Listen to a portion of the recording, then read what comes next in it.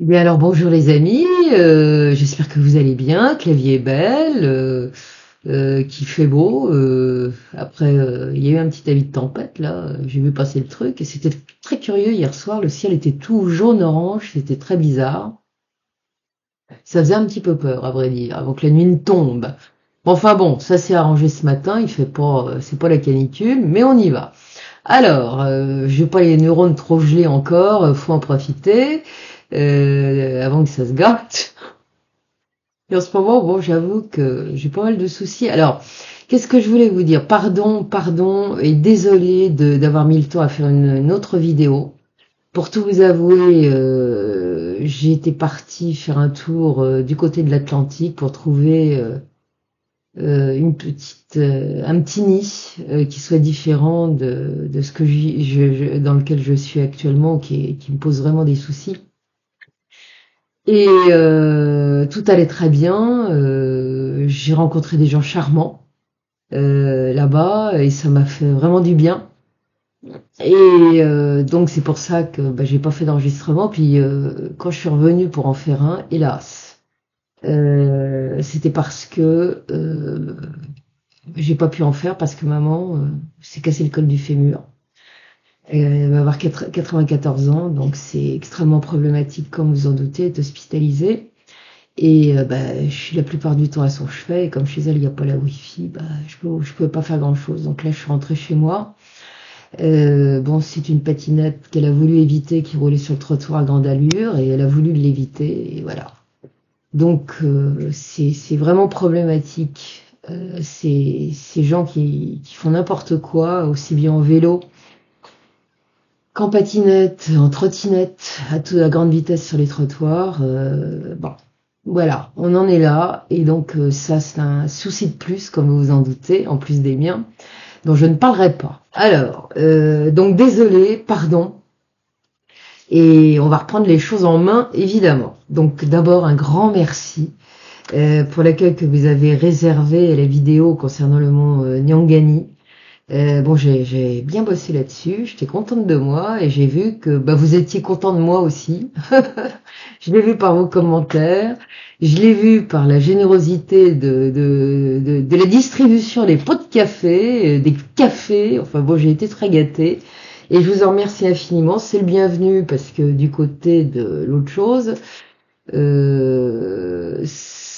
le fait que vous regardiez les pubs fait légèrement, très légèrement monter les trucs, sinon ça serait une catastrophe. Mais j'ai vraiment besoin de vous, donc que vous répondiez présent à mes demandes, j'avoue que c'est très bien et je vous en remercie infiniment. Continuez de vérifier vos abonnements. Si vous n'êtes pas abonné et que si ça vous plaît, faites-le. Si vous avez perdu vos abonnements en route parce qu'ils sont supprimés assez régulièrement pour certains, réabonnez-vous. Euh, Merci de continuer à mettre des commentaires, ça c'est très important et puis ça me fait bien, ça fait plaisir. Je suis contente, ça m'encourage parce qu'en ce moment, si j'en avais les moyens, je lâcherais tout. Tellement je suis fatiguée, tellement c'est compliqué.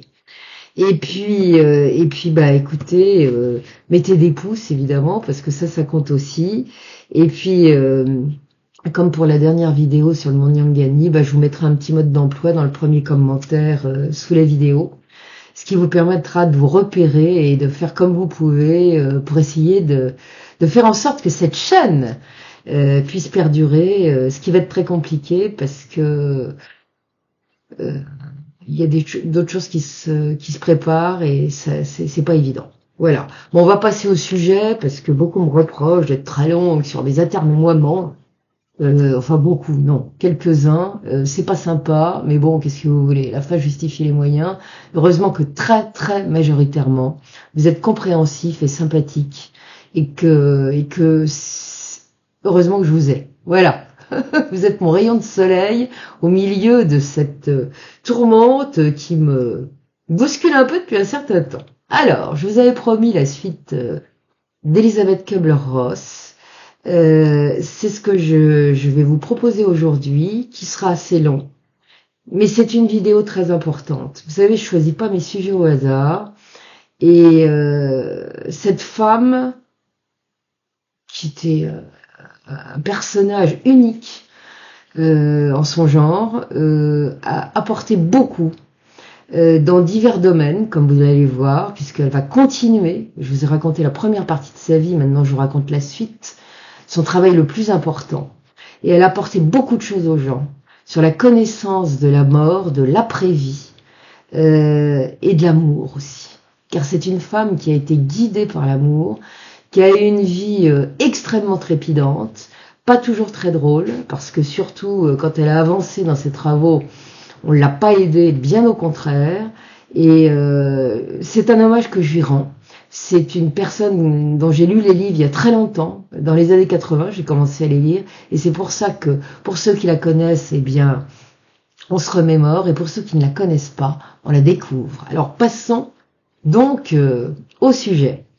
J'ai évoqué dans la première partie, enfin la première vidéo, la vie d'Elisabeth Kubler-Ross en Europe, son enfance en Suisse, ses magnifiques engagements durant la Seconde Guerre mondiale, l'aide qu'elle a apportée aux autres, où elle a fait preuve d'un courage sans égal et d'une compassion formidable, et elle a beaucoup aidé de gens ainsi, et toute sa vie elle va continuer à le faire.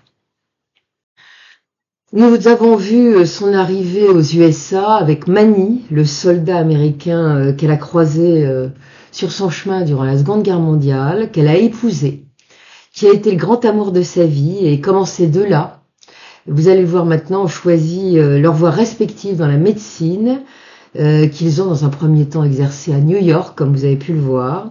Les années ont passé, et puis Elisabeth Kubler-Ross, qui avait un petit peu de mal parce qu'elle comprenait pas très bien la mentalité américaine, a fini par s'adapter, même si ça n'a pas été très simple. Et après avoir vécu quelques années à New York, eh bien, elle et son époux Manny vont décider de quitter la grosse pomme pour le Colorado. Ils ont en effet trouvé du travail dans un hôpital universitaire de l'État. Et dès son arrivée dans le service de psychiatrie où elle a été affectée, eh bien, elle va informer ses confrères qu'elle pratique la psychiatrie intuitive, ce qui va les laisser dubitatifs, pour ne pas dire pantois pour certains, il faut bien le dire. Elle aura rapidement l'occasion de rencontrer un certain professeur Sidney Margolin, qui a été, il faut bien le dire, l'un des pionniers de l'approche psychosomatique de la médecine, et ce psychiatre éminemment reconnu par ses pairs dirigeait alors le laboratoire de comportement humain du département de la psychiatrie de l'université du Colorado, et il pratiquait l'hypnose. Un beau jour, elle va aller le trouver, ils auront une longue discussion qui sera plutôt originale, puisqu'elle portera sur la culture et les croyances amérindiennes. En 1959, Sidney Margolin deviendra d'ailleurs le directeur du projet de la tribu des montagnes Utes. Les Utes sont des Amérindiens. Ce qui l'amènera à utiliser un mélange créatif de médecine traditionnelle amérindienne et de méthodes psychiatriques contemporaines en thérapie, ce qui est quand même très original. Il s'intéressera aussi de près aux cultures des Indiens Hopi et des Navajos. Et l'homme est on ne peut plus passionnant, si bien que le courant va passer merveilleusement bien entre lui et Elisabeth Kubler-Ross, qui va découvrir à l'occasion de leur premier échange que cet éminent professeur croit également à la réincarnation.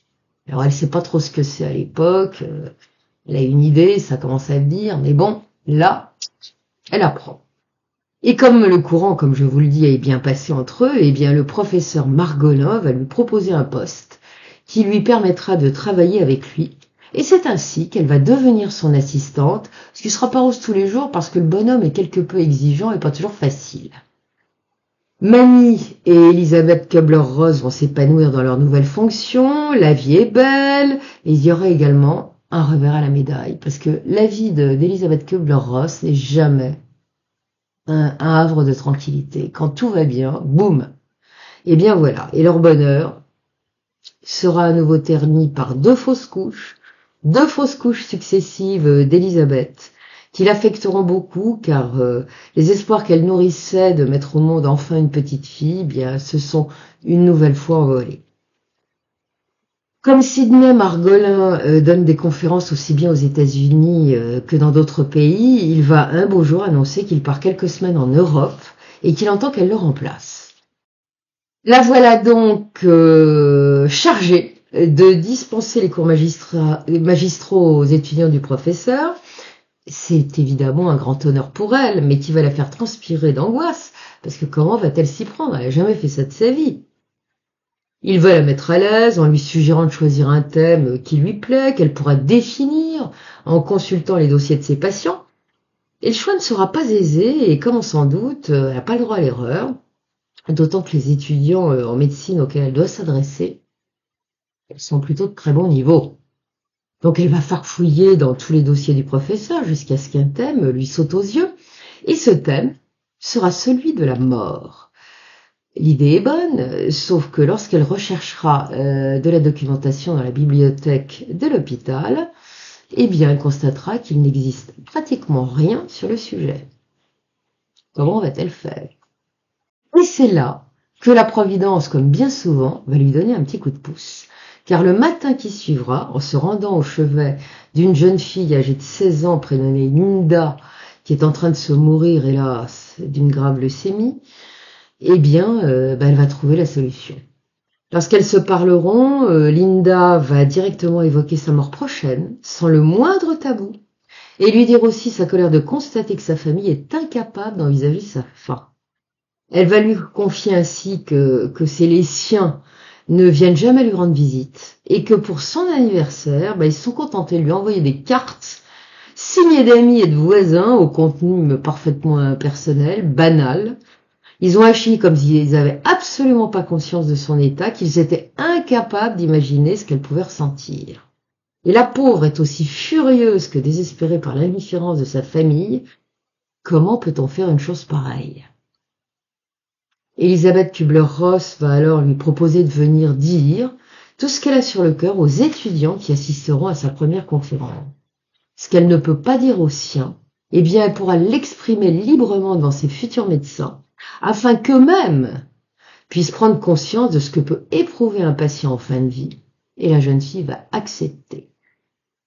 Le grand jour est arrivé, en préambule, Elisabeth Kubler-Ross va dispenser un cours purement théorique, et autant le dire, le comportement désinvolte des étudiants présents qui l'écoutent d'une oreille distraite et ils discutent entre eux en mâchouillant du chewing-gum, lui tape sérieusement sur les nerfs. Elle n'est pas du genre patiente et elle apprécie pas ce genre de comportement. Mais au fur et à mesure qu'elle va peu à peu développer son sujet, eh bien, elle va remarquer qu'ils vont se montrer bien plus attentifs. Maintenant, elle a réussi à capter leur attention. Et Linda va alors faire son entrée sur un fauteuil roulant. Elle s'est habillée avec soin, maquillée, elle apparaît dans toute sa jeunesse, dans toute sa beauté.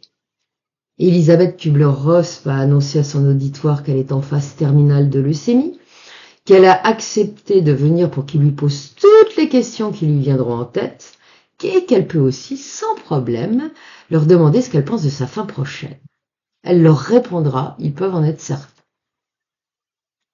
Un silence de mort, c'est le cas de le dire, va s'installer dans la salle. Désormais, on entendrait un moucheron voler. Prudemment, les premières questions qui lui seront posées tourneront autour de ses derniers résultats d'analyse sanguine, le volume de son foie, etc., etc. Linda y répondra, mais comme ça continue encore sur le même registre, elle va soit s'énerver, carrément, et leur suggérer la nature des questions qu'elle souhaiterait qu'on lui pose, du genre « Quel effet ça fait quand on a 16 ans et qu'on sait qu'on va bientôt mourir ?» Ou encore « Quel effet ça fait de ne pas avoir de petit ami ?» Quel effet ça fait de ne pas avoir à s'inquiéter de son avenir? Comment faites-vous pour tenir le coup, mademoiselle? Puis elle va conclure son monologue en les regardant droit dans les yeux et leur lancer à la face. Et pourquoi est-ce qu'on ne vous dit pas la vérité? Oui! Pourquoi est-ce qu'on ne dit pas au malade où il en est? Pourquoi on se garde de lui dire qu'il n'en a plus pour longtemps? À cela, dira-t-elle, elle souhaite avoir une réponse précise. Et ce qui lui répondra, c'est d'abord un silence pesant. Les étudiants en médecine semblent aussi stupéfaits que sous le coup de l'émotion. Leur regard et leur gestuelle dénotent aussi un profond respect. Et ça s'arrêtera là. Linda quittera l'amphi épuisée. Après son départ, plusieurs étudiants viendront discuter avec Elisabeth Kubler-Ross. qui ne pourra que constater que ce que la jeune fille leur a dit a généré chez eux une sacrée prise de conscience. Certains n'hésiteront pas ainsi à lui confier leurs angoisses, leurs peurs face à leur propre mort. Elle leur répondra alors, eh bien voilà, désormais, vous réagissez comme des êtres humains et non comme des scientifiques. Et puis elle leur assènera que maintenant qu'ils savent ce que ressentent les mourants, eh ben, ils seront peut-être capables de traiter avec compassion celles dont ils souhaiteraient eux-mêmes bénéficier, cette compassion, s'ils se retrouvaient dans la même situation. Ah oui, quand on pense à soi-même et qu'on se met à la place des autres, en général, on évolue. Elisabeth Kubler-Ross leur dispensera encore une demi-douzaine de cours qui connaîtront tous un très vif succès. Tout va donc pour le mieux. Hélas, elle devra affronter un nouveau drame.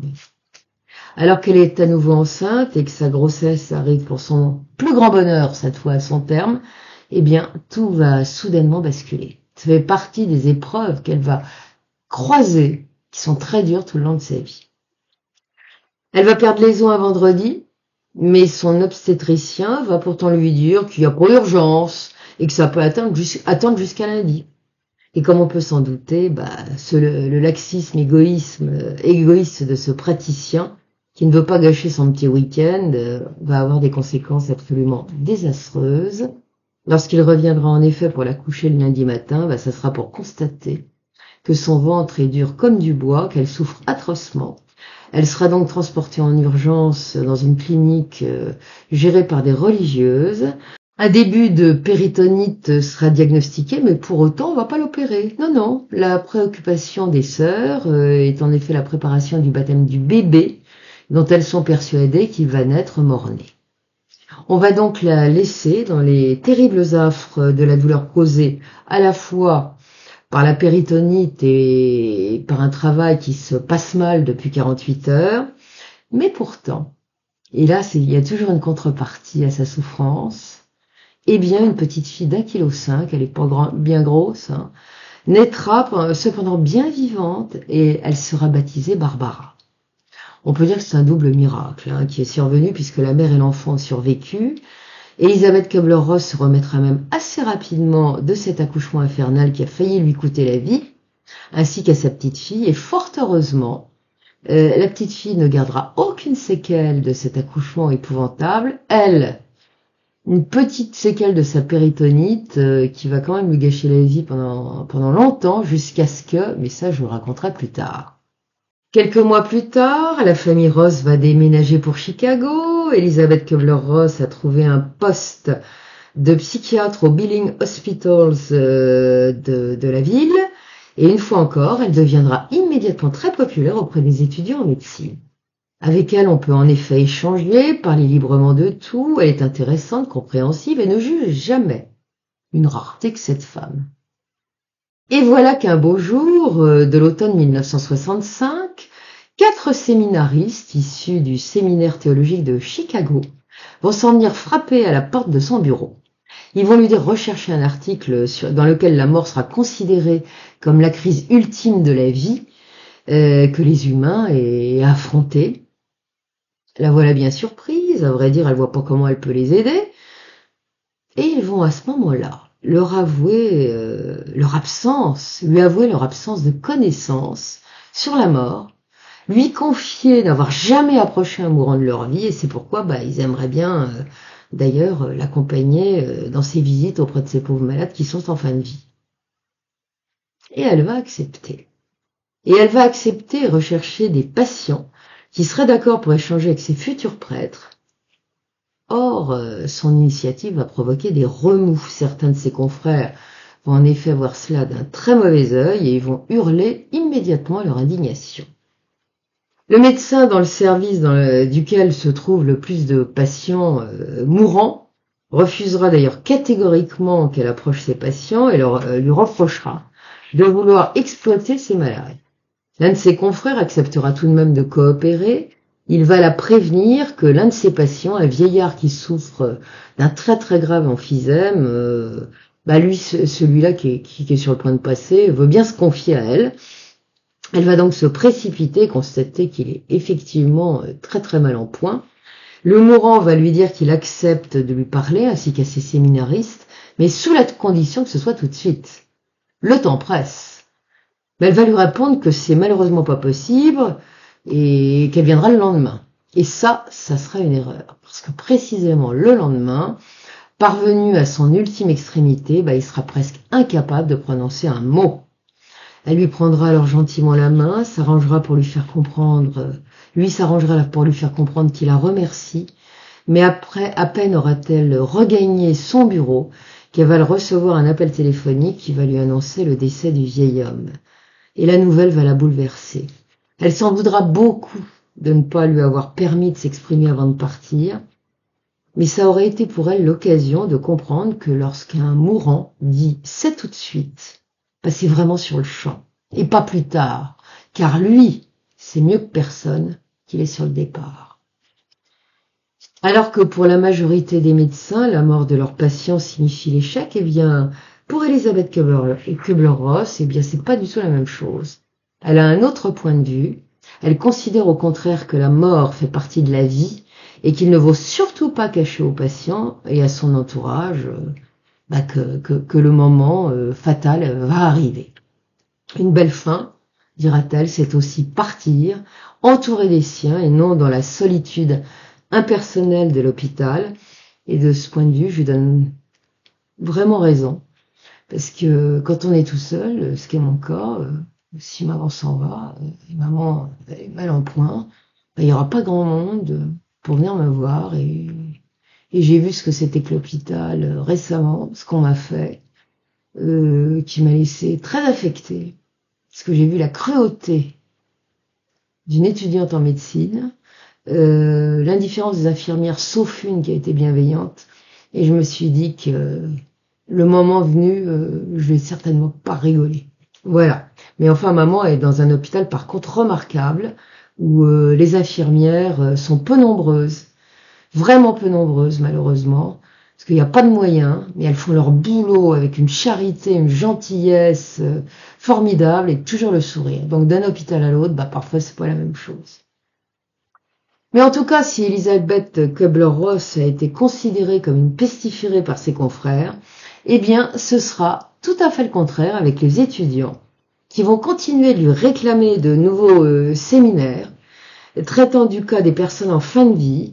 Ils veulent entendre tout ce que ces patients ont à leur dire. Ils s'intéressent. Et dans la salle, ce ne sont plus seulement des futurs médecins que l'on va croiser désormais, mais aussi des rabbins, des prêtres, des infirmières, des assistantes sociales. Ils sont si nombreux maintenant qu'il va falloir qu'elles songent à trouver un endroit plus vaste. Ça sera vite trouvé. Elisabeth Kubler-Ross va faire aménager un endroit où se trouvera une salle d'interview où le patient en fin de vie se trouve seul ou presque avec elle afin que le dialogue soit beaucoup plus intime. Elle est agrémentée d'un système de sonorisation pour que leur dialogue puisse être entendu et aussi d'un grand miroir sans teint pour que l'auditoire puisse voir ce qui se passe à l'intérieur de la salle d'interview. Bon, reste maintenant évidemment à trouver des mourants, ce qui ne sera pas chose aidée puisque ses collègues continuent farouchement de faire de la résistance. Ils ne veulent en aucun cas que leurs patients lui servent de cobaye dans le cadre de ces recherches sur la mort qu'ils estiment très malsaine, et bien souvent elle s'entendra répondre systématiquement, c'est même plus que souvent, c'est systématiquement, qu'il n'y a pas de mourants dans leur service. Oh bah tiens. Surtout chez les cancéreux. Enfin bon. C'est durant cette période qu'elle va remarquer qu'une femme de couleur qui fait le ménage à l'hôpital semble avoir un don particulier. À chaque fois qu'elle sort de la chambre d'un malade gravement atteint, celui-là semble transformé. Qu'est-ce qu'elle peut bien dire ou faire à ses patients pour que d'un seul coup ils redeviennent si sereins? Toujours aussi diplomate parce qu'elle fait dans le direct, elle va lui demander un beau matin sans prendre de gants: mais qu'est-ce que vous faites avec mes mourants?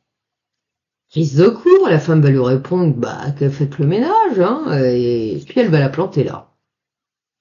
Dès ce moment, elles vont se regarder en chien de faïence jusqu'à ce que la femme l'attire un jour dans une petite pièce. Et là, elle va entreprendre de lui conter la vie de misère qu'elle a eue dans un quartier pauvre de Chicago. Et surtout, elle va lui confier le drame qui a totalement et profondément bouleversé sa vie. Les yeux pleins de larmes, elle va lui dire comment dans un hôpital de la ville de Chicago, eh bien, on a refusé l'admission de son petit garçon de 3 ans, atteint d'une grave pneumonie qui était en détresse respiratoire. Le motif, elle devait 10 $ à cet hôpital. Donc, elle a dû s'en aller. Elle a trouvé un autre établissement hospitalier où on ne recevait que les indigents. Et hélas, les patients étaient pris dans l'ordre d'arrivée, et non de l'urgence. C'est ainsi qu'au bout de 3 heures d'attente, eh bien, son petit va décéder dans ses bras par suffocation. La femme a rapporté toute cette horreur à Elisabeth Kubler-Ross avec une sérénité déconcertante et a conclu son récit en disant « Voyez, la mort n'est pas une inconnue pour moi ». Elle ajoutera que c'est pourquoi, lorsque, dans une chambre, elle voit un malade recroquevillé dans sa peur, avec personne à qui se confier, eh bien, elle lui prend gentiment la main pour le rassurer en lui disant que ce n'est pas si terrible que ça, de mourir. Elisabeth Kubler-Ross lui demandera si elle veut bien l'assister désormais dans ses travaux, et la femme acceptera avec joie et lui apportera un soutien absolument sans faille. Elisabeth Kubler-Ross continuera inlassablement d'organiser des séminaires. Ceux qui y assistent constateront que tous ces mourants réagissent et s'expriment de la même façon. Au départ, ils ont du mal à se livrer, évidemment, puis tout à coup, il y a un déclic. Et c'est alors qu'un flot continu de paroles leur sort de la bouche. Ils expriment en vrac leurs émotions, leur peur, leur colère aussi. Tout y passe, ils sont intarissables. Et presque tous vont lui dire qu'ils n'avaient pas saisi jusque-là la gravité de leur état. Avant que l'attitude de leurs proches ne leur en fasse prendre conscience, ils ont en effet constaté que du jour au lendemain, ceux-là se sont mis à éluder leurs questions, qu'ils leur mentaient hontément, donc, et cela au moment même où ils avaient besoin d'entendre la vérité. Unanimement, ils exprimeront aussi leur mécontentement à l'égard des médecins. Tous diront enfin leur soulagement d'avoir pu formuler devant l'assistante attentive qui a participé au séminaire ce qu'ils avaient sur le cœur. Certains se diront heureux d'avoir pu témoigner, car cela leur a donné aussi, alors qu'ils se sentent inutiles, et bien cette fois le sentiment d'être utile. Après que le malade qui s'est exprimé ait été raccompagné dans sa chambre par Elisabeth Kubler-Ross, eh bien celle-ci revient dans la salle et il y a un débat. Et les propos du malade sont alors analysés, discutés avec les participants. Les médecins et les religieux, en fait le plus souvent des prêtres catholiques, avouent régulièrement leurs insuffisances, leurs carences face à un patient en toute fin de vie. Tous admettent que ce silence qu'ils opposent à ces pauvres gens que la vie est en train de quitter n'est qu'en fait l'absence de réponse à leurs propres questionnements. Le révérend Gaines, qui est l'aumônier de l'hôpital, va se décider à prêter la main, une main forte d'ailleurs, à Elisabeth Kubler-Ross. Il ne s'agit pas d'un vieux prêtre, mais d'un jeune homme dynamique, âgé de la trentaine, et il va se montrer extrêmement efficace et il va presque systématiquement accompagner Elisabeth Kubler-Ross dans ses visites aux mourants. Parfois, il saura même faire de petits miracles. Ce sera notamment le cas avec une femme qui se meurt d'un cancer en phase terminale. Celle-ci est parfaitement odieuse et les membres de sa famille et les infirmières qui s'occupent d'elle n'en peuvent plus. Gaines parviendra à calmer sa terrible colère qui s'est transformée en haine des autres. Et grâce à son intervention, cette patiente va redevenir normale, si je puis dire, et elle va communiquer avec les autres avec beaucoup moins de colère. Ça va être beaucoup plus facile. Les luthériens de Chicago demanderont un beau jour à Elisabeth Kubler-Ross si elle veut bien venir chez eux pour donner des conférences. Pour être honnête, pas vraiment enthousiaste, hein. Elle va même leur répondre que la religion, c'est pas sa tasse de thé et ni celle de ses patients. Ce qui l'a fait réagir ainsi, c'est un cas qui l'a récemment choqué. Elle a en effet encore en tête le souvenir de cette fillette de confession luthérienne qui se meurt, hélas, d'une d'une énorme tumeur abdominale et qui lutte de toutes ses forces pour rester en vie. Lorsqu'Elisabeth Kubler-Ross va se risquer à lui demander pourquoi elle veut pas partir, alors que sa vie est si difficile, eh bien la petite va lui répondre tout simplement que ses sœurs lui ont dit qu'elle pourrait pas aller au paradis si elle n'aime pas Dieu plus que tout autre, et puis les autres aussi. Et comme elle n'est pas certaine d'aimer suffisamment Dieu et les autres, voilà pourquoi elle s'accroche si désespérément à la vie. Pour la rassurer, Elisabeth Kubler-Ross va lui expliquer qu'elle n'a rien à craindre de Dieu, qui a en fait choisi sa maladie pour la mettre à l'épreuve, et comme elle a été courageuse dans l'épreuve, elle peut donc maintenant partir tranquille. Et c'est ainsi que la petite fille va cesser de lutter et qu'elle va partir peu après. Toujours est-il que les luthériens vont tellement insister qu'Elisabeth Kubler-Ross finira par accepter leur proposition. Et elle sera plutôt surprise, car au cours des conférences qu'elle va donner chez eux, il sera jamais question de religion. Non. Et ce qui la surprendra encore davantage, c'est que personne ne réagira le jour où elle se risquera à contester la notion de péché. Ces conférences remporteront un très vif succès au point même que ces luthériens vont lui demander de sélectionner ceux de leurs étudiants parmi les plus prometteurs afin qu'elle leur enseigne plus précisément ses préceptes.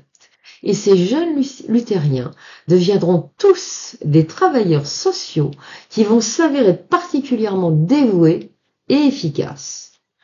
Elle continuera évidemment d'organiser des séminaires à l'hôpital et voilà qu'un jour, le patient mourant qui devait s'exprimer va rendre l'âme, juste avant de passer pour dire ce qu'il a à dire. Que faire ? La salle est déjà pleine à craquer, de quoi va-t-on pouvoir parler ? L'idée va alors lui venir de demander aux participants quels sont les plus gros problèmes qu'ils rencontrent dans leur quotidien, et ce sont les infirmières qui vont lever le doigt les premières. La majorité d'entre elles évoqueront alors un chef de service qui dirige un service de cancéreux. L'homme est brillant, mais est absolument détestable. Elisabeth Kubler-Ross, c'est évidemment à qui elles font allusion, puisque celui-là ce médecin a refusé fermement de collaborer à son programme d'études et passe le plus clair de son temps à la descendre en flammes. Les infirmières vont alors expliquer qu'il est hors de question d'insinuer devant lui qu'un traitement n'aurait pas eu l'effet escompté et qu'il serait peut-être préférable d'en changer. Si elles s'y risquent, qui se montrent absolument odieux, elles révéleront aussi qu'ils n'hésitent pas à affirmer à ces patients qu'ils vont s'en sortir alors qu'ils sont métastasés jusqu'au dernier carat, absolument inopérables, et à les en croire aussi. Il aurait même eu un jour le cran de dire à l'un d'eux, à un patient mourant, qu'il n'avait pas à s'inquiéter parce qu'il était guéri. Toutes ces infirmières se diront donc scandalisées par ce médecin, ce chef de service qui semble avoir un très sérieux problème avec la mort. Et c'est alors qu'Elisabeth Kubler-Ross va avoir l'idée subite de demander s'il se trouve dans la salle quelqu'un qu'il apprécie. Et contre toute attente, une jeune infirmière va se manifester. En dépit des rires et des moqueries un peu lourdes qui vont fuser de partout, elle va pas se démonter et prendre courageusement la parole. Elle commencera par affirmer qu'elle sait qui il est, et aussi qu'il commence à visiter ses patients très tard le soir, à une heure très tardive, lorsque ses confrères ont quitté l'hôpital depuis longtemps. Quand il pénètre dans la première chambre, il en sort bien droit, et puis peu à peu, elle le voit se transformer au fil de sa visite. Et lorsqu'il ressort enfin de la dernière chambre, il est méconnaissable. Il n'est plus qu'un vieillard voûté, dont les traits du visage sont affaissés. Elle va lui avouer que de le voir dans cet état, ça lui fait de la peine. Elle a été bien sûr tentée très souvent de le réconforter, mais elle n'a pas osé le faire de peur de se faire rabrouer. Et là, un silence lourd et chargé d'émotions va envahir la salle. Celles et ceux qui sont moqués de cette infirmière ne pipent plus mot. Elisabeth Kubler-Ross va alors lui recommander de laisser son cœur parler. En agissant ainsi, elle aidera les patients de ce médecin. Lors d'un séminaire ultérieur, la jeune infirmière reviendra pour dire ce qu'elle s'est finalement décidée à faire. Un soir où elle a vu ce chef de service encore plus accablé qu'à l'accoutumée, car 2 de ses patients étaient morts dans la semaine, elle s'est enfin lancée. Elle lui a alors gentiment posé la main sur le bras et a murmuré « Mon Dieu, comme ça doit être dur !» Et à sa grande surprise, Le médecin a aussitôt saisi sa main, l'a entraîné dans son bureau.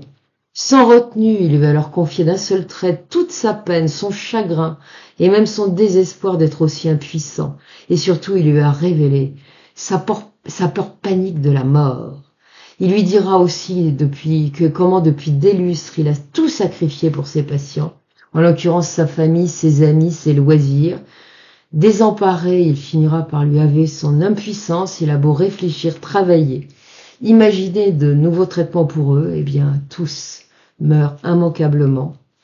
Et à l'issue de sa confession douloureuse, il va s'effondrer en larmes. L'année suivante, Elisabeth Kubler-Ross aura la surprise de voir ce médecin qui lui a mis tellement de bâtons dans les roues, qui lui était si hostile, venir toquer à la porte de son bureau. Il est tout simplement venu lui demander si elle accepterait de le compter parmi ses patients et de le recevoir dans le cadre de consultations psychiatriques. Quelques années plus tard, il entamera une psychanalyse qui le transformera. Personne ne reconnaîtra l'homme dur et cassant d'antan. Désormais, à l'écoute de ses patients et des autres, il est devenu compassionnel. C'est une véritable métamorphose. Et ce cas émouvant, vous vous en douterez, bien démontre qu'il ne faut jamais désespérer de l'humain. Il suffit de savoir le prendre, tout simplement. Mais pas tous, hein. Il y a des résistants.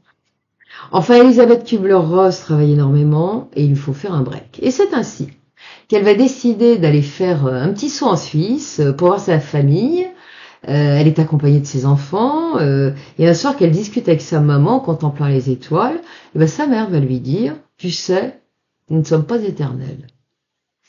La voilà surprise, cette petite phrase en même temps lui met la puce à l'oreille, tout d'autant que sa mère va ajouter tout de suite « Tu es le seul médecin de la famille et en cas d'urgence, je voudrais pouvoir compter sur toi ». Convaincue, surtout qu'elle connaît bien sa mère, qu'on ne dit jamais ça par hasard, et ben ça l'inquiète. Sa mère n'est pas du genre à se plaindre, en effet. Elle a d'ailleurs toujours été en excellente santé. Elle n'est âgée que 70 ans, ce qui n'est pas vieux, ce qui est mon âge. Elle a donc du temps devant elle, et elle en a pas fini tout de même, puisqu'elle va demander à sa fille de lui promettre que si un jour elle devient légume, il faudrait qu'elle y mette un terme.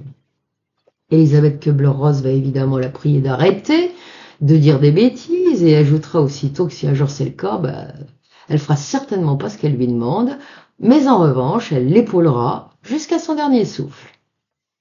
Et voilà que le plus sidérant va se produire. Elisabeth Kubler-Ross sera à peine revenue à Chicago depuis 3 jours, qu'elle va recevoir un appel téléphonique de son père qui lui annonce que la maman a fait un malaise dans sa salle de bain, l'a retrouvée inconsciente, elle a été victime d'un AVC, et elle est désormais totalement aphasique, donc elle ne peut plus parler, et elle est paralysée. La malheureuse restera ainsi durant 4 ans consciente, emmurée dans son corps inerte avant de rendre l'âme, dans un état de légume, cet état de légume qu'elle redoutait tant. Comme quoi. Elisabeth Kubler-Ross va poursuivre son travail avec ardeur, ses collègues de l'hôpital refusant de plus en plus souvent de lui confier leurs patients, elle en sera réduite à aller en chercher ailleurs. En contrepartie de leur concours, elle offrira une thérapie gratuite à tous ses patients pour les aider à partir en sérénité, dans la sérénité. Et il effeurait que ça s'arrange pas pour elle avec ses collègues, puisque ça jase de plus en plus. Dans son dos, on palabre plus que jamais sur ses méthodes malsaines et on pointe du doigt sa supposée propension à exploiter la souffrance humaine, et la rumeur va enfler de plus en plus. Certains vont même en venir à demander leur avis aux patients et leurs familles sur les pratiques de Madame le docteur Kubler-Ross. Mais le hic pour ces accusateurs, c'est que tous ces patients, y compris les membres de leur famille, se déclareront unanimement très satisfaits par ces méthodes. Cela ne va évidemment pas arranger ses rapports avec ses collègues, qui lui en veulent vraiment, et qui vont tout tenter pour se débarrasser d'elle, mais de tout cela, elle se moque éperdument. On verra bien, et après tout, elle a sa petite famille qui la rend heureuse. Elle s'occupe aussi avec cœur d'une association d'aide aux aveugles de Chicago. Là-bas, ses patients sont d'ailleurs des enfants, essentiellement, qui sont atteints de cécité. Et puis va venir quelque chose qui va lui donner une audience publique, si je puis dire. C'est en effet à cette époque que sa notoriété va brutalement sortir de la confidentialité. Un petit éditeur new-yorkais va en effet lui proposer d'écrire un livre consacré à son travail avec les mourants. Elle va accepter avec joie et cet ouvrage publié en 1968, on le connaît pour certains, il a été publié sous le titre Les derniers instants de la vie. Elle y évoque ce qu'elle a constaté et décrit les étapes par lesquelles passent les mourants. Dans un premier temps, quand la personne est très malade, c'est le choc émotionnel et le refus, suit la rage et la colère, puis le deuil et le chagrin. Plus tard, il y aura le marchandage avec Dieu, suivi généralement d'une dépression sur le thème « Et pourquoi moi ?» Et enfin, celui qui va passer un mauvais moment, celui ou celle, eh bien, accepte et devient serein. Voilà ce qu'elle a observé. Elisabeth Kubler-Ross y souligne que la famille du malade passe souvent par des étapes assez similaires et aussi que le stade du marchandage est vraiment le moment le plus opportun pour que les soignants soient à l'écoute et qu'ils puissent intervenir efficacement. En effet, même si le patient est toujours en colère, il a tendance à mieux entendre les conseils qui lui sont donnés et surtout à les accepter. C'est aussi le moment propice pour le secouer tout en l'incitant à parler de ses problèmes, de ses états d'âme, de ses rancunes et surtout de ses peurs, du désespoir aussi qu'il éprouve en voyant son apparence physique qui s'est modifiée, qui a commencé sérieusement à se modifier. En fait, il lui faut vider son sac sur tout ce qui pose problème afin de pouvoir atteindre le stade suivant, qui est celui de l'acceptation. C'est fondamental, car ce n'est que comme cela qu'on peut vivre sa fin dans la sérénité. Elisabeth Kubler-Ross a achevé ce livre en 2 mois, a reçu dans la foulée une proposition du prestigieux magazine Time pour écrire un article sur les derniers instants de la vie. Je l'ai lu, cet article est très intéressant. Il est prévu qu'elle anime concomitamment à cet article un séminaire. Il lui faut donc trouver un nouveau patient, ce qui est devenu de plus en plus ardu dans son hôpital, puisque vous avez compris, la situation lui met sans arrêt des bâtons dans les roues. Mais la Providence veille, et elle va lui envoyer Eva, une jeune fille de 21 ans. Il s'agit d'une magnifique jeune fille brune, en train de mourir de leucémie. Pour l'heure, elle dispose d'une grande énergie, elle pète le feu. Elisabeth Kubler-Ross va découvrir une belle personne chaleureuse qui a encore des rêves et un fiancé mais qui est un peu plus lucide pour ce qui concerne sa fin qui l'attend à brève échéance. Elle va lui confier qu'elle a encore envie de vivre des expériences et qu'elle participerait bien à un des séminaires, en ajoutant que ça la démangeait depuis un moment de lui demander si elle pourrait faire l'affaire. Là, elle est donc ravie qu'Elisabeth Kubler-Ross lui propose de participer à ce séminaire. Et grand jour est arrivé. Eva s'est apprêtée, elle est magnifique.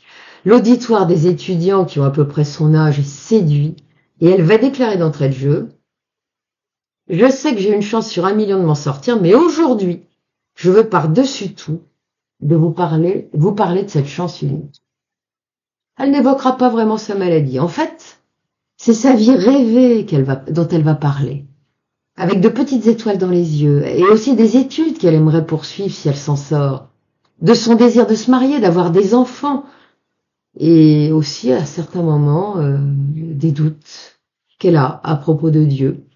Et elle va enfin exprimer son profond désir de revenir au moins une fois chez elle avant de s'en aller, avant le grand départ, et celui d'avoir un petit chien. L'article qui a été publié dans le magazine Time le 10 octobre 1969 a fait éclater, on peut le dire, la notoriété d'Elisabeth Kubler-Ross, ce que la direction de l'hôpital où elle travaille évidemment et nombre de ses collègues n'ont absolument pas accepté. On va en effet lui reprocher d'avoir rendu leur hôpital célèbre pour ses mourants, et alors que dans les jours qui suivront, des centaines de lettres de félicitations ont arrivé à l'hôpital, eh bien, sa direction va formellement lui interdire d'utiliser les patients qui y séjournent pour animer ses séminaires. En attendant, son livre connaîtra un succès foudroyant, mondial, mais hélas, la joie que lui a procuré ce succès va malheureusement être très vite amoindrie lorsque le 31 décembre 1969, Elle apprendra que l'état d'Eva a brusquement basculé, qu'elle a été admise en soins intensifs. Elle va aussitôt se précipiter à son chevet. On va lui interdire de la voir. Comme à la famille de celle-ci, on va lui demander de patienter dans le couloir. Finalement, comme elle est tout de même médecin, on va lui autoriser l'accès à la chambre où se trouve Eva, totalement nue sur son lit, exposée à la lumière aveuglante d'un plafonnier. Elle peut plus parler, mais leurs regards vont se croiser, se comprendre. La première chose que ferait Elisabeth Kubler-Ross, c'est d'éteindre la lumière, cette lumière infernale, comment peut-on, puis d'appeler une infirmière pour qu'elle apporte une couverture afin de la recouvrir. Et avec un culot et un manque d'humanité absolu, eh bien cette infirmière va lui répondre qu'elle voit pas pourquoi elle devrait faire ça. Bah voyons. Bah oui, au fait. Pourquoi couvrir un pauvret qui ne peut plus parler, qui peut pas réclamer, qui peut pas se plaindre, qui peut pas se défendre et qui est en train de mourir? Bah pourquoi, oui. On se le demande en effet. Elisabeth Kubler-Ross est aussi furieuse que choquée. Elle va tout faire pour qu'Eva ait sa couverture, et ça sera le cas. Le lendemain, elle apprendra qu'elle est décédée au petit matin, seule comme un chien, car sa famille n'a jamais été autorisée à l'approcher pour l'entourer dans ses derniers instants. Bah oui, l'humain peut parfois se montrer ignoble. En fait, celui-là, cet humain qui a ce profil pouvait imaginer que ça lui arrive un jour aussi, bah peut-être qu'il changerait son fusil d'épaule. Voilà, c'est à espérer en tout cas. Ces recherches auront aussi permis à Elisabeth Kubler-Ross de découvrir qu'au moment du décès, il peut se produire des phénomènes de nature paranormale. Juste avant le grand départ, certains agonisants semblent en effet être en contact avec des proches décédés. Certains d'entre vous doivent le savoir, puisque bon, c'est arrivé dans ma famille, je le sais. Elle en a vu aussi de ces mourants discuter avec l'invisible. De nombreux témoignages ont été rapportés en ce sens, et c'est maintenant là-dessus qu'elle va travailler. Quelques semaines plus tard, les choses vont un peu se calmer à l'hôpital. On va d'ailleurs l'autoriser à reprendre ses séminaires avec des patients en fin de vie. Bah oui, la notoriété peut faire des miracles. Une infirmière va donc lui trouver une patiente en or, et c'est une certaine Madame Schwartz. Alors celle-là est une abonnée au service des soins intensifs. Elle l'évoquera d'ailleurs, cette Madame Schwartz, dans l'un de ses livres, en disant que c'était une sacrée coriace et une sacrée déterminée. Pour le personnel soignant, cette patiente a la réputation d'être bizarre, voire même inquiétante. Et pour sa part, Elisabeth Kubler-Ross, je la trouve plutôt sympa. Ça va. Elle va lui demander, d'ailleurs, à cette Madame Schwartz, d'entrée de jeu, pourquoi elle résiste avec tant d'ardeur. Et celle-ci va lui expliquer qu'elle a un fils de 17 ans, et vu son état de santé, il a été confié à la tutelle de son papa, lequel est un grand schizophrène. Et quand il a des bouffées délirantes, lui est arrivé de s'attaquer à son gamin. À la suite de cette confidence, Elisabeth Kubler-Ross, qui a senti le danger, va avoir l'idée généreuse de faire venir un avocat qui réussira à obtenir du juge que cet adolescent soit confié à la garde d'un des membres de la famille de Madame Schwartz, et maintenant il pourra vivre en toute sécurité. Soulagée, Madame Schwartz guérira une nouvelle fois et pourra rentrer chez elle. Et c'est en fait un an plus tard qu'Elisabeth aura de ses nouvelles. Celle-ci va dire qu'elle tient absolument à participer à un nouveau séminaire. Or c'est pas possible, puisque la règle interdit qu'un même patient puisse participer 2 fois à ces séminaires. Et finalement, Madame Schwartz est une tenace, et elle finira par convaincre. Et lors de ce séminaire où elle va s'exprimer, elle va commencer par conter son histoire qu'elle avait déjà dite la première fois, ce qui va agacer Elisabeth Kubler-Ross qui ne voulait pas de redite. Mais la suite va s'avérer beaucoup plus intéressante, puisqu'elle va évoquer en effet un accident tragique qu'elle a vécu dans l'Indiana, lorsqu'elle avait été victime d'une hémorragie interne. Son état était si critique qu'elle était persuadée que cette fois c'était la fin, et dès lors, elle s'était demandé si elle devait continuer à lutter pour vivre. Et puis après tout, son fils était maintenant à l'abri, elle pouvait avoir l'esprit tranquille, et alors qu'elle était en train de réfléchir à tout cela, eh bien voilà qu'une infirmière a pénétré dans sa chambre, et c'est alors qu'elle a immédiatement sombré dans l'inconscience. Elle a quitté son corps et elle s'est retrouvée l'hélico au plafond, comme ça arrive assez souvent. Voyant l'urgence de la situation, l'infirmière a aussitôt alerté l'équipe de réanimation qui va tout mettre en œuvre pour la sauver, et c'est à ce moment-là que Madame Schwartz a réalisé qu'elle pouvait lire dans les pensées de ces gens qui faisaient de leur mieux pour essayer de la sauver. Hein. Elle aurait bien aimé leur dire que tout allait bien, et c'est ainsi qu'elle va quitter son plafond pour redescendre près de son corps avec l'idée de repousser le bras d'un des médecins qui tente de la réanimer pour attirer son attention. Et son bras éthérique va toucher le bras de ce médecin réanimateur, et à sa grande surprise, leurs deux bras vont se confondre. Et après ça, elle s'est plus souvenue de rien, hormis que le fait qu'un médecin, quand elle a repris vaguement conscience, était en train de la recouvrir d'une couverture en disant qu'elle était décédée. En fait, c'est une infirmière qui viendra la chercher 3 heures plus tard qui découvrira qu'elle n'est pas décédée du tout et qu'elle est bien vivante. En entendant son récit, une question va tarauder Elisabeth Kubler-Ross. Pourquoi donc Madame Schwartz a-t-elle tenu à participer à ce séminaire pour évoquer cet épisode de vie qui l'a manifestement marquée? Eh bien, elle va avoir la réponse, puisque cette dernière va en effet lui demander suis-je devenue psychotique à mon tour?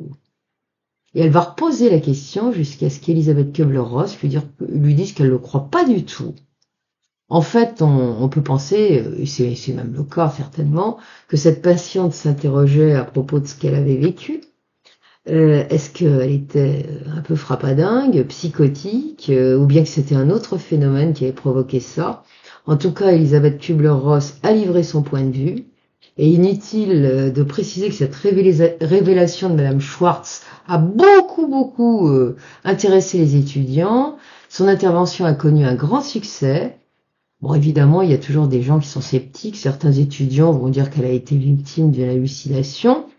Mais Madame Schwartz sera assise bien droite en disant « Non, je suis certaine, j'ai pas halluciné ». Elisabeth Kubler-Ross sera pour sa part convaincue qu'elle n'a pas menti et qu'elle n'est certainement pas la seule à avoir vécu ce type d'expérience. Et après cela, elle va aller de ce pas demander au révérend Gens, qui est, comme on le sait, l'aumônier de l'hôpital, s'il ne veut pas l'aider à trouver d'autres patients qui auraient été confrontés à des situations similaires. Il va alors aller avec elle, hein, ils vont y aller tous les deux, visiter chacun de leur côté des patients de l'hôpital, afin de leur poser discrètement des questions. Et l'idée aura été bonne d'ailleurs, parce que bien des langues vont se délier.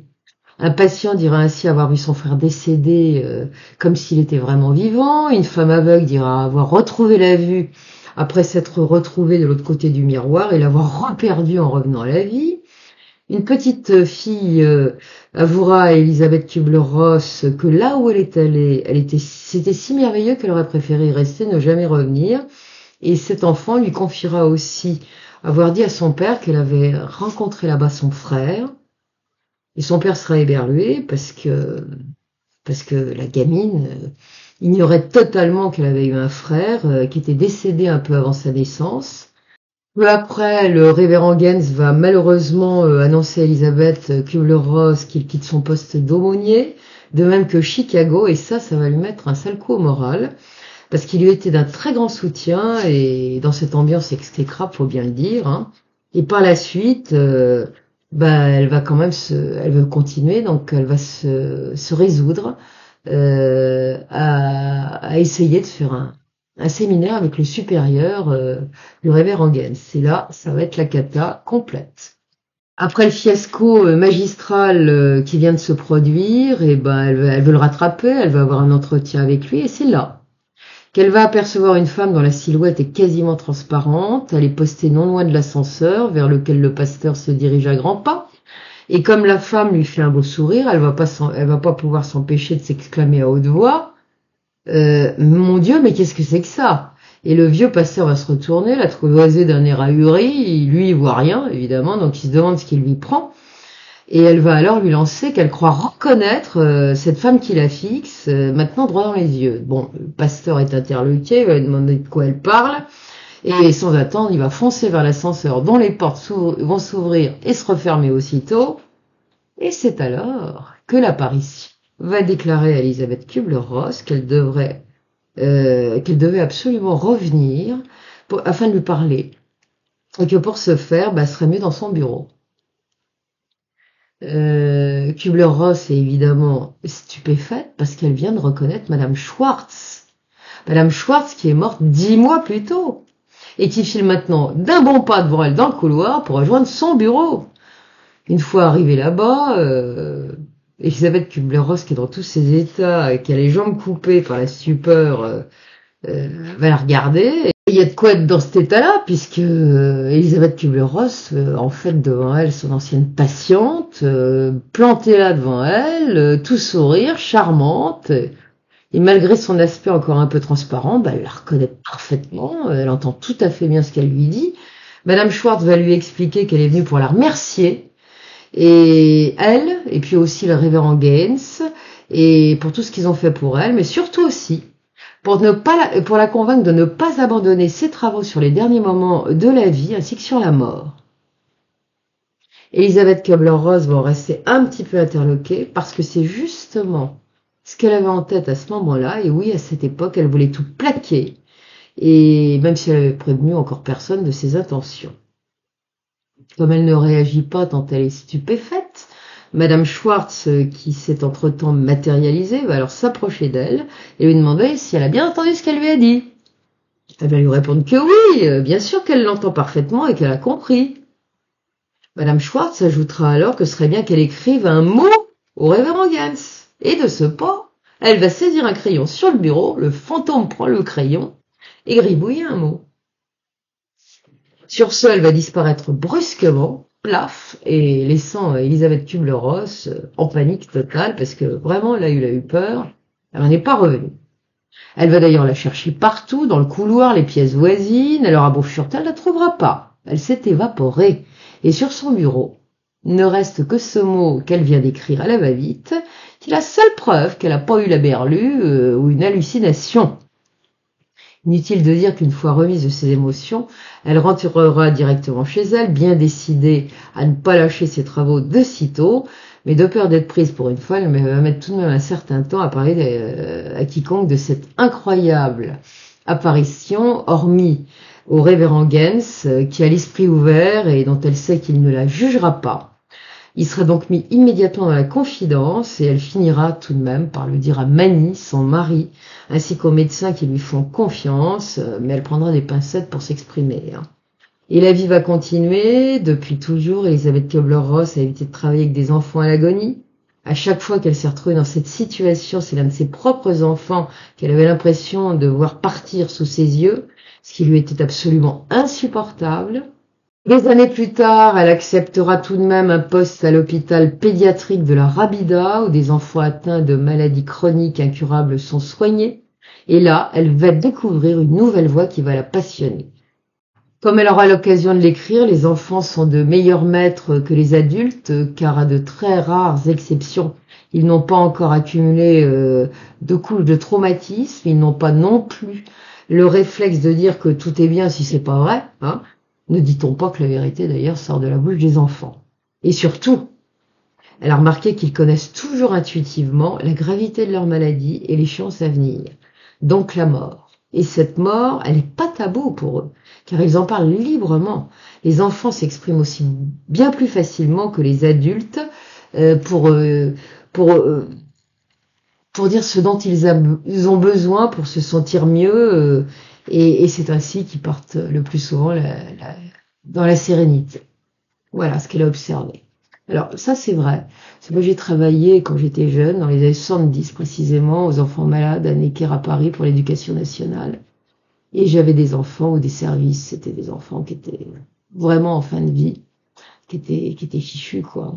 Et c'était terrible. Et ils étaient au courant. Alors moi je venais pas tout le temps, j'étais pas là en permanence, je venais que pendant les vacances pour faire des animations tout en leur apprenant quelque chose. Donc ils me voyaient ponctuellement, ça a duré 4 ans. Et à chaque fois, il y a des enfants qui étaient partis, évidemment. Et il y en avait un petit garçon, je me souviens, qui était en dialyse, bourré de cortisone, qui ressemblait plus à rien. Qui savait qu'il allait partir, il voyait ses copains s'en aller.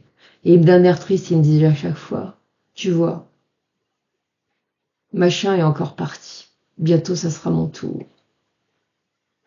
C'est terrible d'entendre ça. Et j'ai entendu ça aussi chez les leucémiques. Et c'est d'ailleurs je pourrais plus à la fin. J'avais pas de formation pour ça, c'était très compliqué. Mais les enfants savent.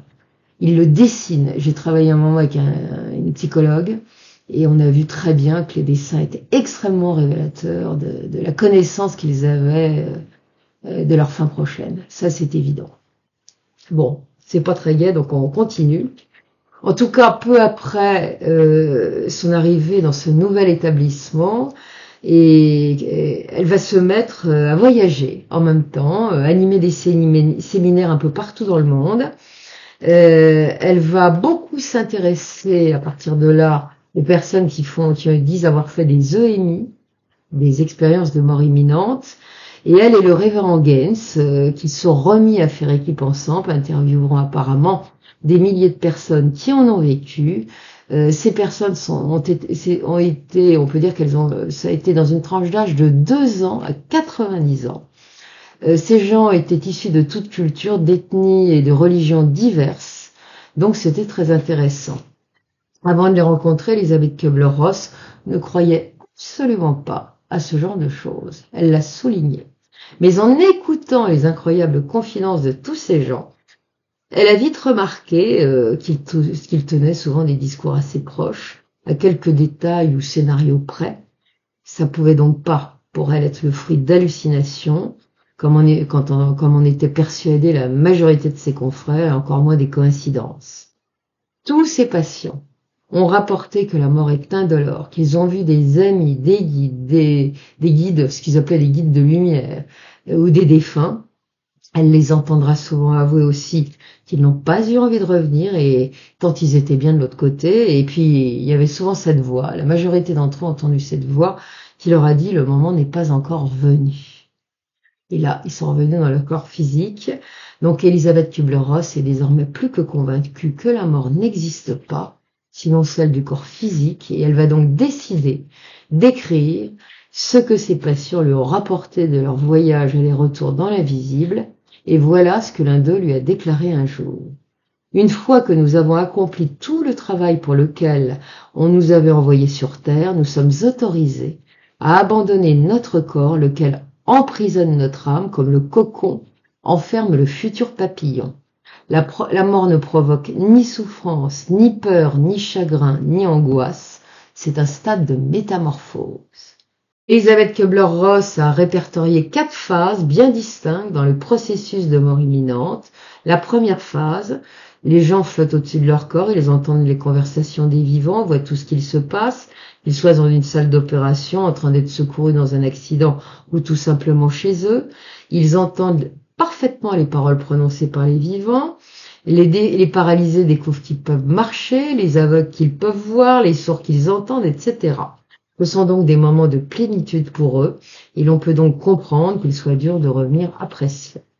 La deuxième phase, selon Elisabeth Kubler-Ross, est la plus réconfortante. Les défunts découvrent en effet qu'ils peuvent se déplacer où ils en ont envie, dans l'instant. Il leur suffit simplement de penser là où ils veulent aller. Elle a aussi indiqué que ceux qui meurent brutalement sont aussi perturbés que leur famille, et que la plupart du temps, ils ne réalisent pas toujours qu'ils sont décédés. Et lors de cette phase, ceux-là peuvent se retrouver instantanément auprès de leurs proches. Et c'est à ce moment aussi qu'ils peuvent être réconfortés par des défunts ou des guides qui viennent vers eux. Troisième phase, c'est celle, dira-t-elle, où on se retrouve face ou dans ce fameux tunnel de lumière, là où on ressent en principe une grande sérénité, un amour inconditionnel et l'impression d'être revenu chez soi. Et puis il y a enfin la quatrième phase. D'après Elisabeth Kubler-Ross, ceux qui sont allés jusque-là disent s'être retrouvés devant la source supérieure, en d'autres termes devant Dieu. Et là, tout n'est que pure énergie et amour. L'on ressent alors que l'on fait partie du grand tout. Certains disent avoir vu à ce moment des scènes de leur vie et des informations sur leur passé, leur présent et sur leur avenir. Donc, c'est plutôt réjouissant. Certains ont également rapporté avoir entendu une voix qui leur demandait quel service ils avaient rendu aux autres, ou encore s'ils pensaient avoir fait les meilleurs choix. À cette époque, Elisabeth Kubler-Ross publiera successivement 2 ouvrages. La mort est une question vitale et la mort, dernière étape de la croissance, que j'ai lu tous les deux, que je vous conseille de lire. D'ailleurs, tous ces livres sont intéressants. C'est aussi à ce moment qu'elle prendra une orientation beaucoup plus spirituelle. Elle évoquera désormais le libre arbitre, qui est pour elle comme une sorte de grand cadeau, un grand cadeau fait à l'homme par le Créateur. Elle dira aussi que le plus grand besoin de l'homme, c'est l'amour, qu'il soit riche ou pauvre, l'humain passe sa vie à rechercher, sans le savoir d'ailleurs le plus souvent, l'amour inconditionnel.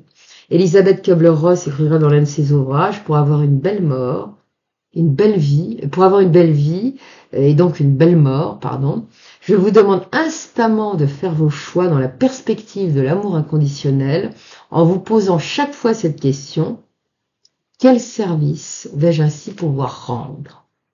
Après la parution de ses livres consacrés à ses travaux sur la mort, eh bien, elle va plus que jamais se déplacer en permanence aux 4 coins du pays pour donner des conférences et des séminaires. Simultanément, elle ressentira de plus en plus le besoin de sortir de la ville pour se retrouver dans la nature. Elle aimerait bien acquérir une ferme où elle et sa famille pourraient se ressourcer, et c'est durant l'été 1975 qu'elle et Mani trouveront l'endroit idéal en Virginie. Et c'est en circulant dans la campagne environnante qu'ils vont apercevoir un jour une femme au seuil de sa maison qui leur fait de grands signes. Mani va s'arrêter, la femme va se rapprocher de leur voiture et va s'adresser à Elisabeth Kubler-Ross en lui disant qu'elle la guettait par hasard car elle a quelque chose à lui demander et à lui montrer surtout. Alors l'entraîner dans son salon et lui mettre sous le nez une curieuse photo. Ça représente une fleur et sur le haut de la fleur, eh bien, est parfaitement visible une petite créature qui a un visage, un corps et des petites ailes. Puis la dame va s'emparer d'un appareil photo Polaroid, l'entraîner dans son jardin, et là elle va lui dire: Madame le docteur Kubler-Ross, faites donc une photo. Photographiez une fleur. Elle va s'exécuter, et là, surprise, sur le cliché figure une petite créature ailée. Elle en restera sidérée, autant le dire, et répondra prudemment quand la dame va lui dire: mais ça serait une fée ce truc-là? En fait, elle ne sait pas quoi lui répondre parce qu'elle n'en revient pas. Lorsqu'elle retrouvera sa petite famille qui patiente dans l'auto, inutile de dire qu'elle ne pipera mot de l'incroyable découverte qu'elle vient de faire. Mani va la déposer dans un hôtel car le lendemain elle doit partir faire une conférence, et avant de repartir à Chicago avec les enfants, il va lui dire: surtout tu touches pas à mon appareil photo. Voilà, en tout cas depuis son incroyable face-à-face avec le fantôme de Madame Schwartz, c'est la 2e fois qu'elle se trouve vraiment confrontée à un surnaturel vraiment stupéfiant, et ça se bouscule plus que jamais dans sa tête. Elle est convaincue que désormais elle doit entreprendre des recherches et expérimenter en ce domaine, ce d'autant plus qu'elle est convaincue que lorsque l'on est prêt à vivre certaines expériences paranormales ou mystiques, celles-ci se produisent. Et elle pense également que lorsque l'on a l'esprit ouvert, on va vivre des expériences spirituelles. Il est donc que temps pour elle d'expérimenter tout cela avant de revenir à Chicago. Donc elle va violer l'interdiction faite par Mani et elle va prendre en photo. Un mois plus tard, lorsque celui-là, plutôt énervé, va lui annoncer qu'il a fait développer la pellicule et qu'il a trouvé ce chef-d'œuvre, il va lui mettre sous le nez. Et là, qu'est-ce qu'elle va découvrir? Qu'une photo est ratée et qu'une autre représente un coin de campagne, tout bête, et que la 3e, qui représente le même coin de campagne, a en surimpression un personnage. En fait, il s'agit d'un Amérindien de très haute taille, tout en muscles, qui fixe d'un air sévère l'objectif, les bras croisés sur la poitrine. Si Mani fait la gueule, il faut bien le dire, elle en revanche est dans l'extase. Sachant qu'il ne comprendra pas, elle fera pas de commentaires, c'est pas la peine de se fâcher. À ce moment de sa vie, elle a déjà bien conscience que bien des choses les séparent. Elle est sans mari depuis un certain temps. Lui n'est plus axé que sur les biens matériels et sur sa réussite professionnelle. Alors pour elle, la direction est différente. Au fil du temps, leurs chemins ont finalement pris des directions qui ne sont plus les mêmes. La belle complicité d'antan qui les unit a disparu et elle sent que ça sent le brûler. Voilà. En tout cas, cet événement la marquera incontestablement. Ça sera un tournant dans sa vie. Elle va poursuivre plus que jamais des recherches, et avec une dimension cette fois nettement plus spirituelle. L'année suivante, en 1976, elle va faire la connaissance à San Diego d'un couple qu'on lui a recommandé, en l'occurrence un homme qui s'appelle J.B. et sa femme Martha.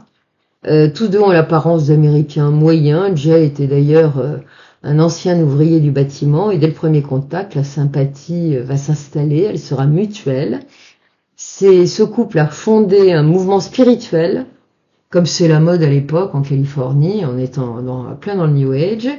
Et ils ont fait une petite église, parce qu'on a le droit de le faire, on a peut-être toujours le droit d'ailleurs, qu'ils ont baptisé l'église de la divinité, qui comprend une centaine de fidèles. JB est médium, il communique avec les esprits. Elle va d'ailleurs assister à l'une de ces séances en compagnie d'une vingtaine de personnes, dans une salle plongée dans le noir. Soudain, tous ceux qui l'entourent vont se mettre à réciter un mantra qui est destiné, lui dira-t-on, à donner de l'énergie à JB, ce qui lui permettra de mieux capter les esprits. Et autant le dire, Elisabeth Kubler-Ross est pour le moins dubitative. Et c'est tout à coup qu'elle va voir JB disparaître derrière un écran au même moment qu'apparaît sur sa droite une immense silhouette fantasmagorique qui va se matérialiser. Ce truc-là mesure à peu près 2 mètres, semble plus dense, plus imposant que l'apparition qu'elle avait vue de Madame Schwartz, et elle va immédiatement, cette entité, s'adresser à Elisabeth Kubler-Ross d'une voix grave, tout en l'appelant Isabelle. Elle va lui annoncer que son âme sœur va se manifester à elle, et effectivement, dans l'instant, Elisabeth Kubler-Ross verra effectivement se matérialiser une autre entité disant s'appeler Salem. Cette entité est masculine, vêtue d'une grande robe ample, longue et puis voilà, je sais pas de quelle couleur elle est. Sa tête est coiffée d'une sorte de turban. Elisabeth Kubler-Ross va la voir brièvement, car elle va disparaître quasiment aussitôt après s'être montrée. L'entité qui est venue la première pour annoncer la venue de Salem va lui expliquer que si Salem n'a pas pu rester plus longtemps, c'est parce qu'elle était trop stressée. Mais Salem va revenir néanmoins quelques minutes plus tard, et cette fois, il va se pencher vers elle et il va l'appeler sa sœur bien-aimée Isabelle. Puis il la fera se lever, il va l'entraîner dans une autre pièce plongée dans le noir, et là, ils sont seuls face à face. Et l'entité Salem va expliquer à Elisabeth Kubler-Ross qu'à l'époque de Jésus, elle était une enseignante respectée qui se prénommait Isabelle.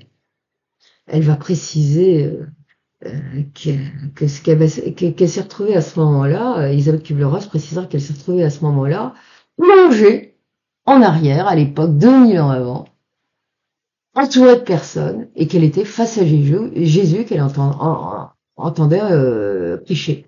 Truc de fou quand même. La voilà interloquée, en tout cas, elle comprend rien. Elle s'exclame que Jésus pourrait tout de même parler normalement. Bah oui. Et elle va se souvenir que, à ce moment, qu'il arrive souvent aux patients qui sont sur le point de passer de s'exprimer dans une sorte de langage symbolique, comme est exactement en train de le faire Jésus.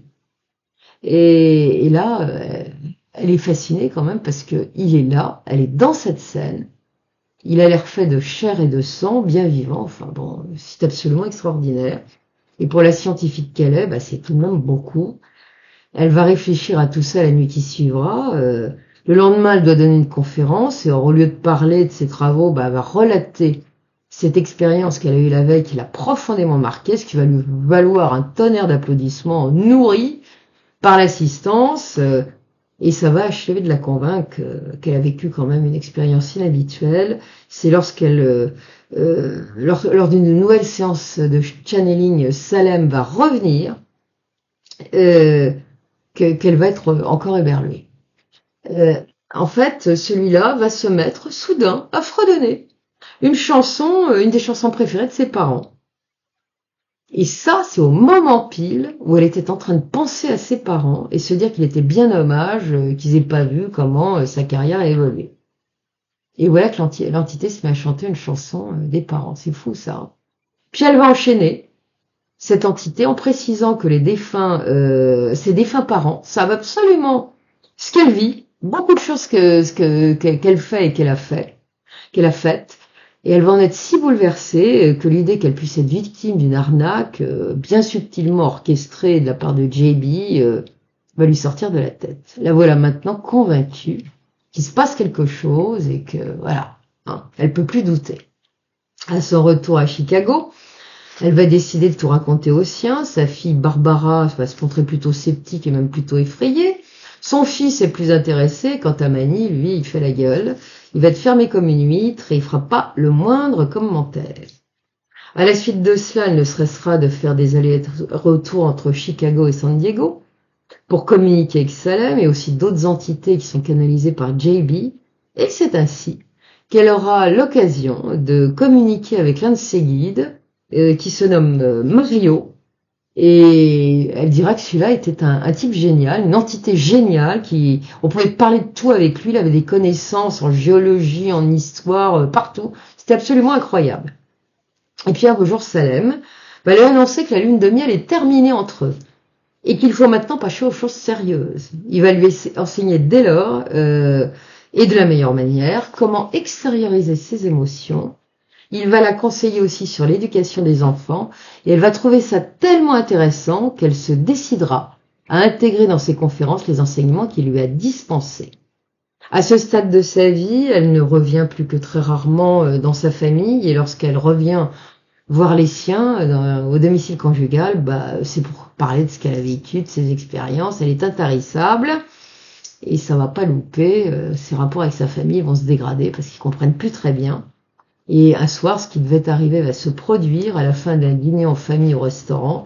Manny va lui annoncer que c'est terminé, qu'il a loué un appartement à Chicago et qu'il a bien l'intention de divorcer. Il demande le divorce. Sur ce, il va la planter sur le parking, il va repartir avec les 2 enfants et elle va se retrouver complètement stupéfiée, bouleversée. Le choc a été violent. Très curieusement, il y avait eu des alertes, elle avait bien compris, mais là, elle s'y attendait pas vraiment. Qu'est-ce qu'elle va faire désormais? Renoncer à tout pour sauver sa famille, continuer. Elle a 50 ans, elle se pose des tas de questions. Le lendemain matin, son choix sera fait. Elle prendra l'avion pour San Diego et durant 2 mois, elle va vivre dans une petite caravane, passant son temps à ruminer son chagrin et sa solitude. Finalement, elle va acheter une petite maison agrémentée d'un jardin fleuri. Et puis, elle va se trouver bien là, elle va se remettre. Elle va rapidement retrouver du poil de la bête. Parce que c'est pas du genre à se laisser abattre. Elle a d'ailleurs un grand projet qui la stimule, celui d'ouvrir maintenant un centre de soins. Salem, l'entité Salem lui a même révélé l'endroit où la construire, en l'occurrence sur un grand terrain de 4 hectares qui surplombe un petit lac. Et elle est convaincue que l'idée est bonne et vous savez pourquoi? Là, ça devient vraiment un peu New Age, parce qu'il y a un petit papillon blanc qui est venu se poser sur son épaule et elle a considéré que c'était un signe. Et c'est vrai que moi, les papillons blancs, j'en ai eu beaucoup, y compris la nuit, il y a des années, et c'était toujours un signe. Alors, j'y croyais pas, ces trucs-là, jusqu'à je trouve que la coïncidence n'était pas fortuite. Voilà, ce sont des messagers. Mais là où le bas blesse, c'est qu'elle a pas un rond, elle a pas un sou vaillant. Faut donc que Manny lui donne un coup de pouce. Ah, il va accepter, y a pas de souci. Je vais t'acheter le terrain, sous la condition, bien sûr, que tu me laisses la maison, le domicile familial que nous avons, tous les meubles, et puis que tu payes une petite pension pour les enfants, hein. Voilà. Et cerise sur le gâteau, ma chérie, je te fais pas cadeau du terrain, non, je vais te le louer. Ah oui, le gentil Manny est devenu carriériste, doublé d'un matérialisme épouvantable, pur et dur, et dans cette opération, il n'a pas perdu au change, puisqu'au final, Elisabeth Kubler-Ross, sa chère épouse, lui a tout laissé. Le centre ouvrira assez vite, deviendra rapidement fonctionnel, comme elle considère que Jay et Martha B sont ses associés, même s'ils n'ont pas mis un pence dans le projet, ils vont travailler avec elle. JB continuera à organiser ses séances de channeling, tandis que son épouse Martha y dispensera des cours de psychodrame. Pour sa part, Elisabeth Kubler-Ross organisera à tour de bras des séminaires de 40 personnes, où se presseront des étudiants en médecine, encore des élèves infirmières, des familles affectées par le décès d'un proche, et aussi beaucoup de gens qui se posent des questions sur la fin de la vie. Le centre va connaître donc un succès immédiat, encore qu'une rumeur commence vraiment à être tenace, voulant que JB soit un escroc qui organise des mises en scène dans le noir pour faire parler de faux esprits. Et c'est d'autant plus évident pour ses détracteurs qu'il dit ne pas pouvoir faire les choses en pleine lumière, ça ne peut se faire que plonger dans le noir, et donc c'est louche. Il y en a un d'ailleurs, quelqu'un qui est sceptique, qui va un jour allumer brusquement la lumière, afin de surprendre le flagrant délit de fraude, et en fait, qu'est-ce qu'on va découvrir? Que JB est bien en transe, mais qu'il est nu, complètement nu, hein, et à poil, et il est en train de canaliser un esprit, il va continuer. Alors les gens qui sont dans la salle vont être suffoqués, ils vont pousser des cris. Et en fait, c'est pas du tout parce qu'ils ont vu l'autre tout nu sur la scène, mais parce qu'ils ont peur que l'entité Willy qu'il était en train de canaliser, ça lui fasse mal la lumière. Bon, si Elisabeth Kubler-Ross est enthousiaste vis-à-vis de JB, elle n'est pas pour autant sous influence absolue, elle est capable de discernement. Et autant le dire, elle a commencé à nourrir un doute quand même à l'égard de ce gars-là, et notamment à l'esprit de Pedro qu'il canalise. Et si cet esprit était le fruit d'un trucage? Voilà ce qu'elle se dit. Elle va donc s'attacher à démasquer la supercherie, et comme elle sait parfaitement que JB est très limité dans certaines connaissances, eh bien, quand viendra l'esprit Pedro, elle va lui poser les questions qui fâchent, et normalement, JB, qui ne sait pas y répondre, si c'est lui qui est le fraudeur, l'entité Pedro ne répondra pas non plus. Eh bien, ça sera la surprise, puisque l'entité Pedro va répondre avec une facilité déconcertante à toutes les questions d'Elisabeth, puis sans crier gare, il va se précipiter sur un cheval de bois, où il fera mine de ne pouvoir monter parce qu'il est trop petit, et puis il va disparaître soudainement pour réapparaître tout de suite, mais il a 30 cm de plus haut. Alors évidemment, désormais, comment douter de la réalité de tout ça, ceci d'autant que Pedro va lui lancer avant de disparaître: « Ah, tu vois, j'avais compris que t'étais sceptique. » Et Pedro, dans le temps, s'est révélé être un esprit adorable qui a dispensé des conseils avisés à tous ceux qui se sont déplacés pour assister aux séances de channeling du centre. Il a diffusé de nombreux messages, beaucoup touchants, l'essentiel touchant sur l'importance du libre arbitre, qui est selon lui le plus grand cadeau que le Créateur ait fait à l'humain à sa naissance. Et un beau jour, Pedro va faire très fort. Il va prédire que des bouleversements vont diviser le groupe, qu'elle forme avec Jay et Martha B, et leurs fidèles, car Jay sera suspecté plus que jamais d'être un manipulateur et un escroc, voire peut-être même pire.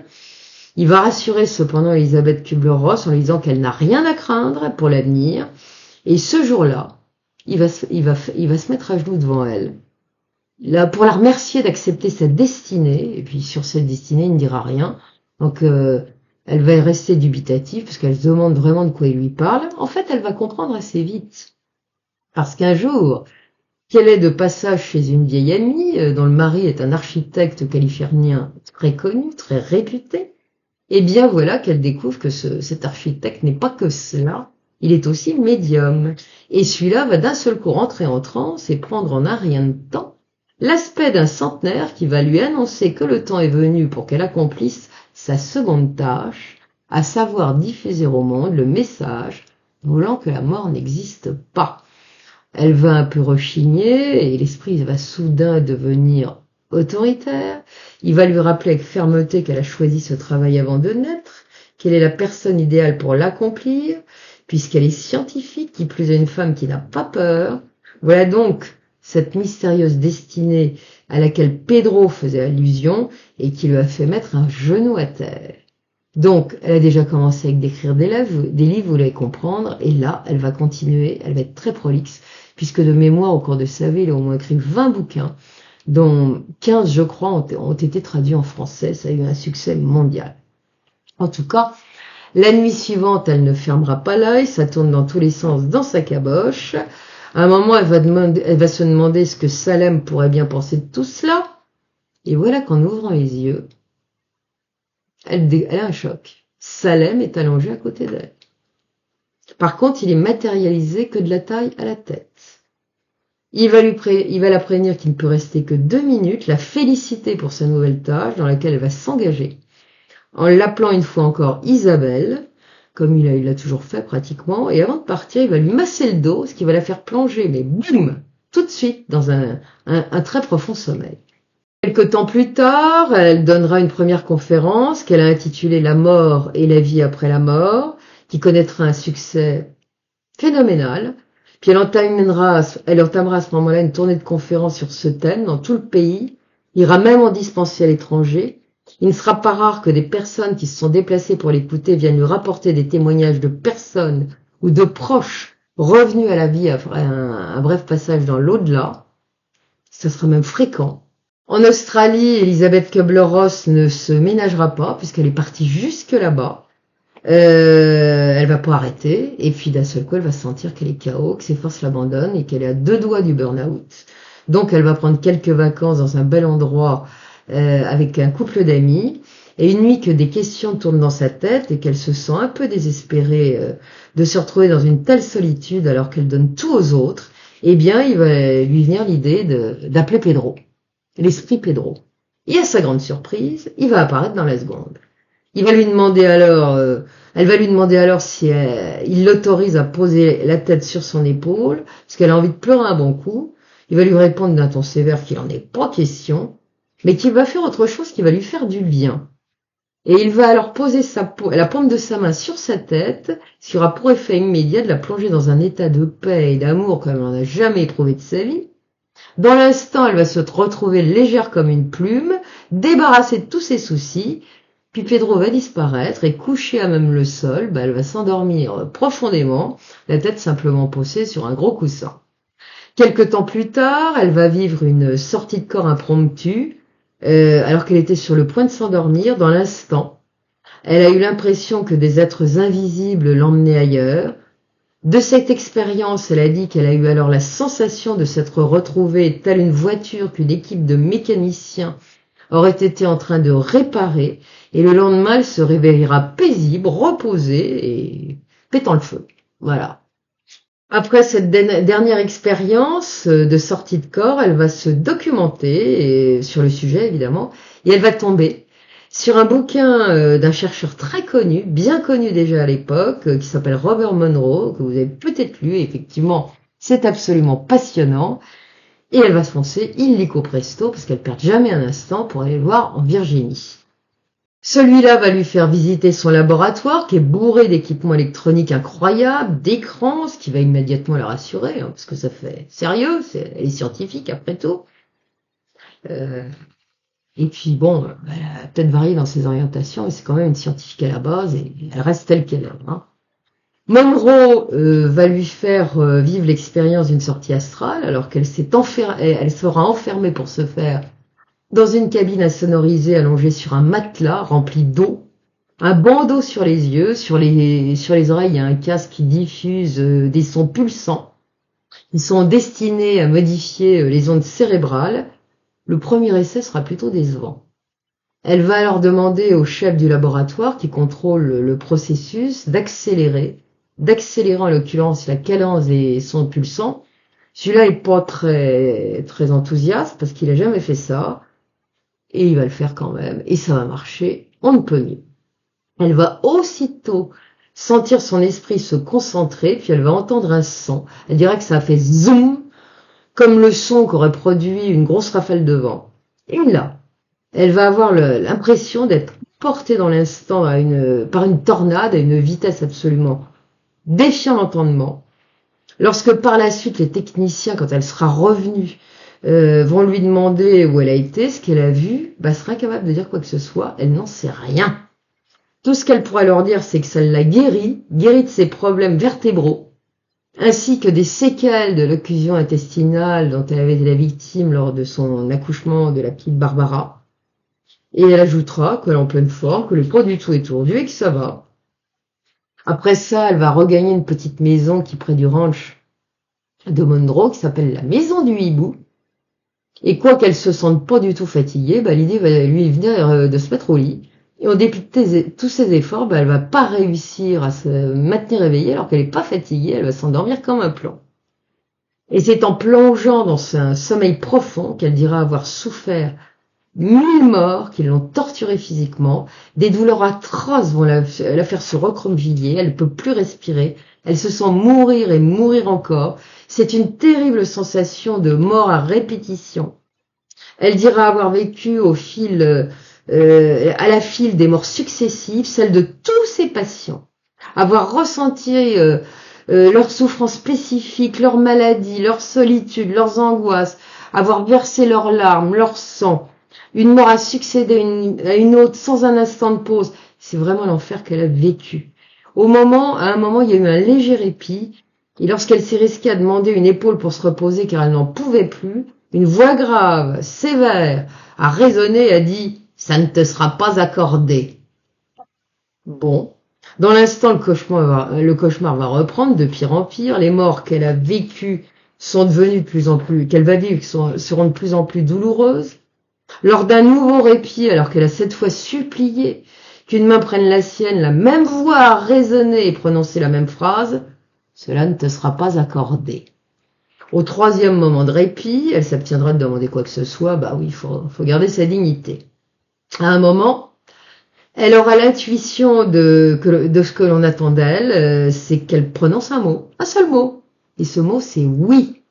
Et ce « oui », je peux vous dire qu'elle va lui hurler de toutes ses forces. Immédiatement, la souffrance va cesser. À demi réveillée, elle constatera qu'il commence seulement à faire nuit. Donc, elle n'est pas partie très longtemps. Elle va contempler calmement les ténèbres qui commencent à envahir sa chambre. Allongée sur le dos, elle va prendre une profonde respiration. C'est alors qu'elle va ressentir une étrange vibration qui va se mettre à pulser de plus en plus rapidement au niveau de son abdomen, avec une sorte de mouvement qui ne mobilise pas ses muscles. Elle sait parfaitement que ça peut pas anatomiquement se faire, donc c'est un phénomène particulier. C'est alors que vont apparaître devant elle ce qui ressemble à des boutons de lotus, c'est la fleur de lotus, qui vont s'ouvrir lentement, jusqu'à devenir des fleurs éblouissantes de beauté. Et toutes ces fleurs vont se réunir pour se transformer en une gigantesque fleur de lotus derrière laquelle brille une intense lumière blanche, très brillante. C'est la fameuse lumière qu'ont vue la plupart de ses patients. Elle va alors se décider à pénétrer dans cette fleur, où cette lumière émane, cette fleur de lotus géant.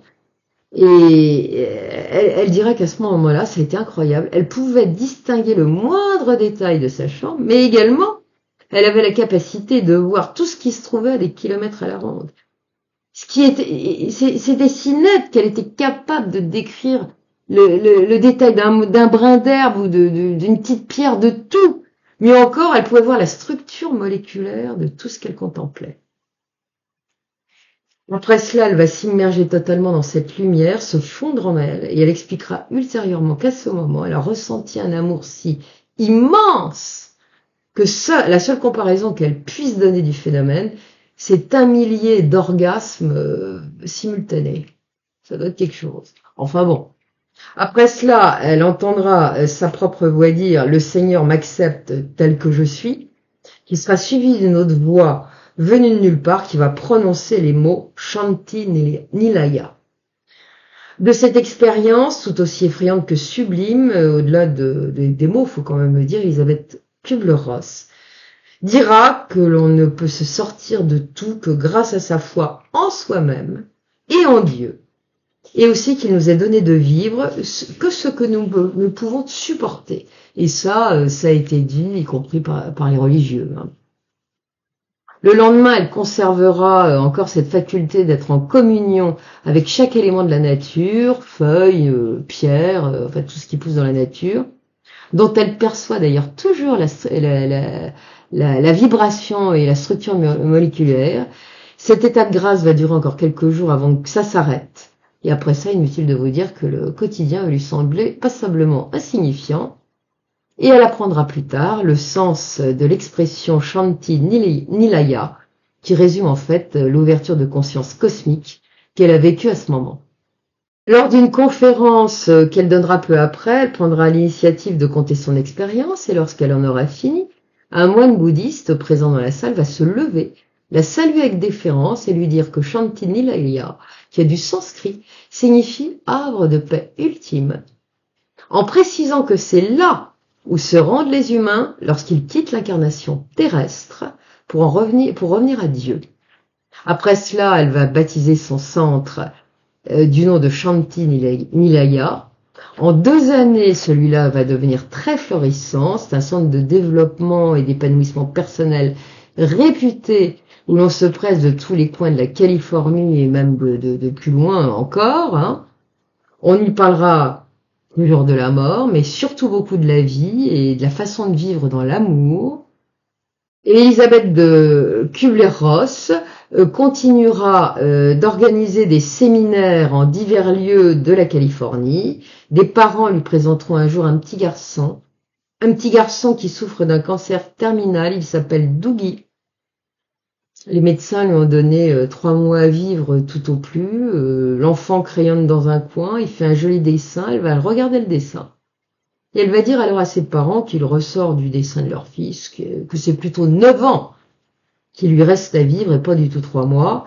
Et elle va ajouter que les enfants savent parfaitement toutes ces choses, que leur fils le sait donc aussi.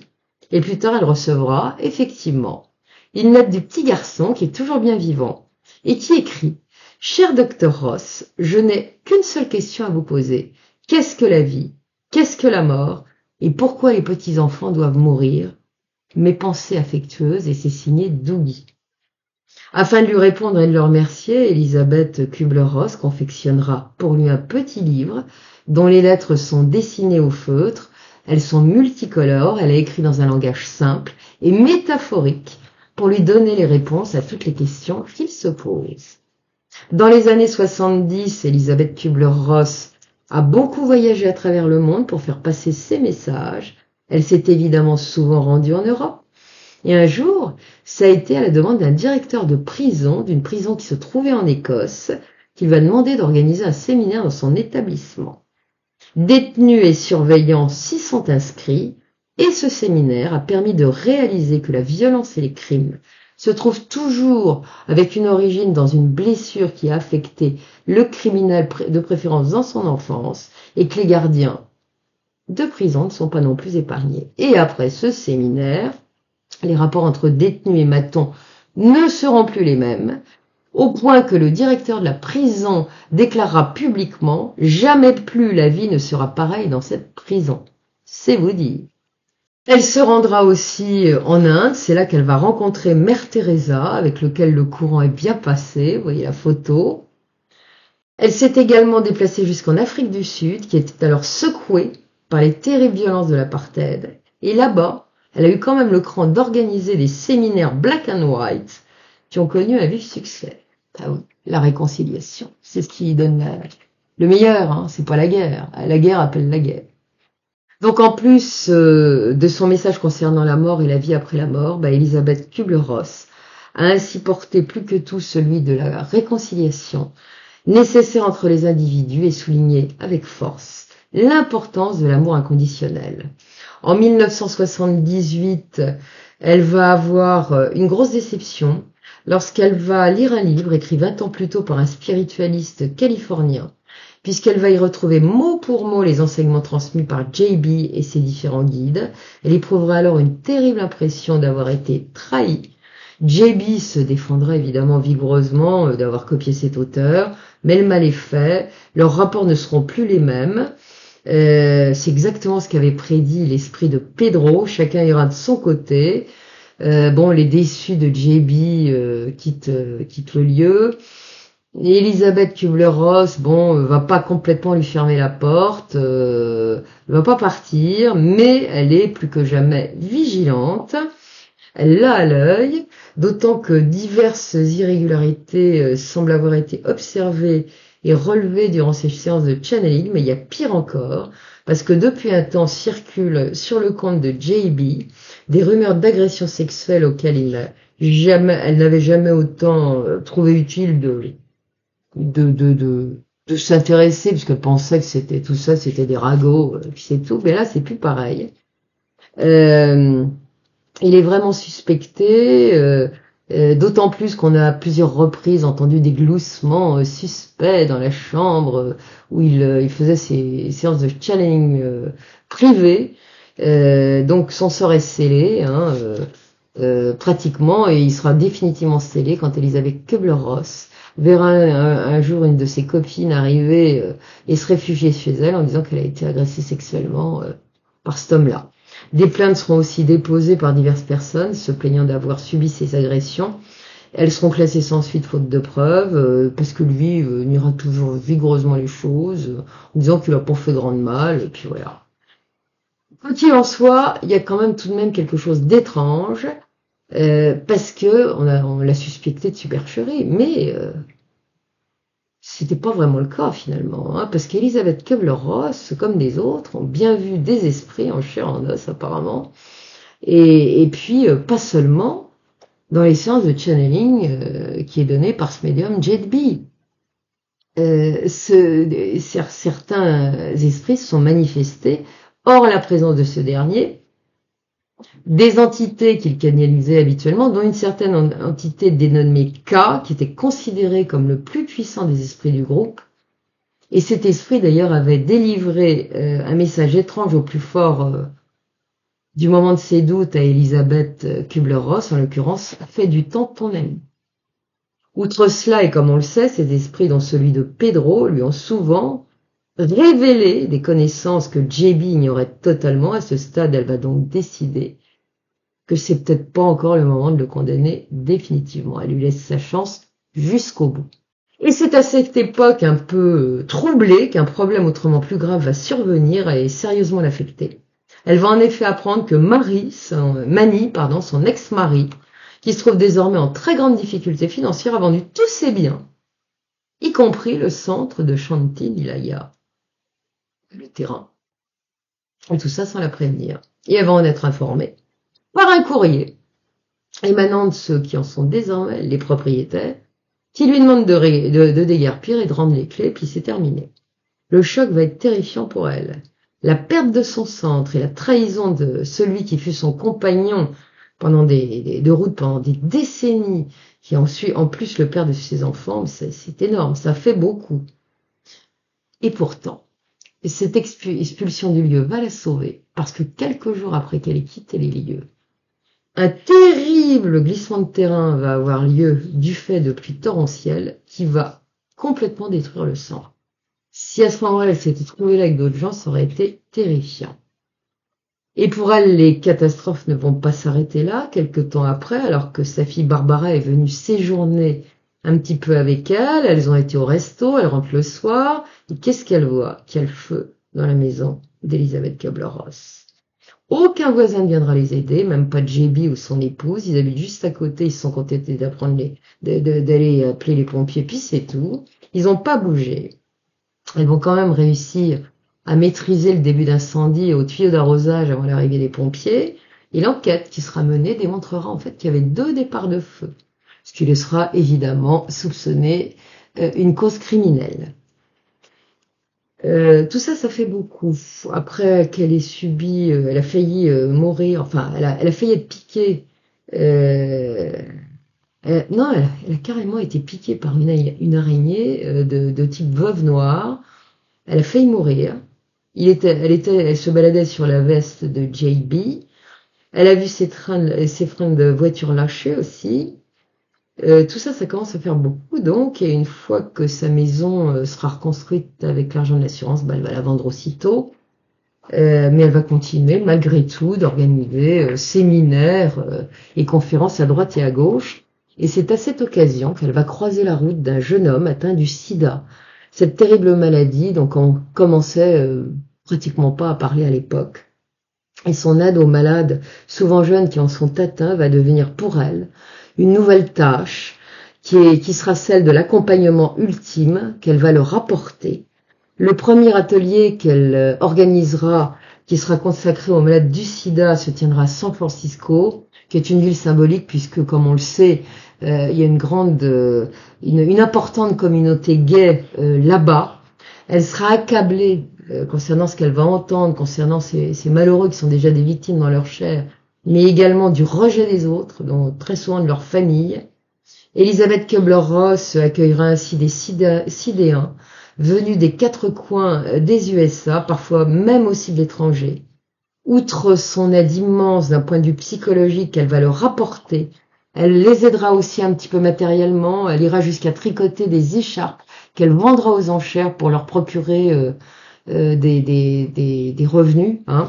Durant l'été 1983, elle quittera finalement la Californie pour acquérir une ferme de plusieurs hectares qui se trouve dans les Headwaters.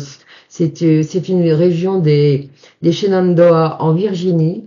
C'est très beau, ça lui rappelle un peu la Suisse, c'est vallonné, il y a des belles rivières, l'endroit est magnifique, mais il y a du pain sur la planche. Parce que pour remettre en état le domaine qu'elle vient d'acheter, il faut s'y mettre. Puis elle fera construire de nouveaux bâtiments aussi. Et dans la petite maison qui est la sienne maintenant, qui est entourée d'une belle nature, où elle vit désormais, l'esprit de Salem va venir la visiter et l'aider à dresser la liste de ce dont elle a besoin. Oui. Parfois, les esprits ont l'esprit pratique. Et sur son nouveau domaine, elle avait évidemment prévu d'organiser des stages, mais aussi un centre de guérison. De nombreux volontaires venus de partout sont venus l'aider. Et lorsque les travaux seront terminés, elle achètera du bétail, fera labourer les champs alentours, et la ferme fonctionne. La veille de Thanksgiving, alors qu'elle est en train de planter des clous avec un ouvrier en chef, son intuition, son ouvrier en chef qui dirige tout ça, son intuition il y a une intuition qui va lui traverser la tête. Elle sent qu'il va se produire quelque chose le soir même. Elle va donc convier le bonhomme à rester, et pour le tenir en éveil, elle va le gaver de café et de bon chocolat suisse. L'homme ne comprend pas très bien où elle veut en venir, mais elle va le rassurer en lui disant qu'il faut qu'il soit patient parce qu'il va pas être déçu du voyage. Et effectivement, ce sera le cas. Dans la soirée, dans la pièce où il se trouve, soudain, une vive lumière va l'éclairer et graduellement, une image va se former sur le mur qui leur fait face. Il s'agit de celle de Jésus, Jésus qui va les bénir avant que la lumière ne disparaisse. Il réapparaîtra par 2 fois et fera la même chose.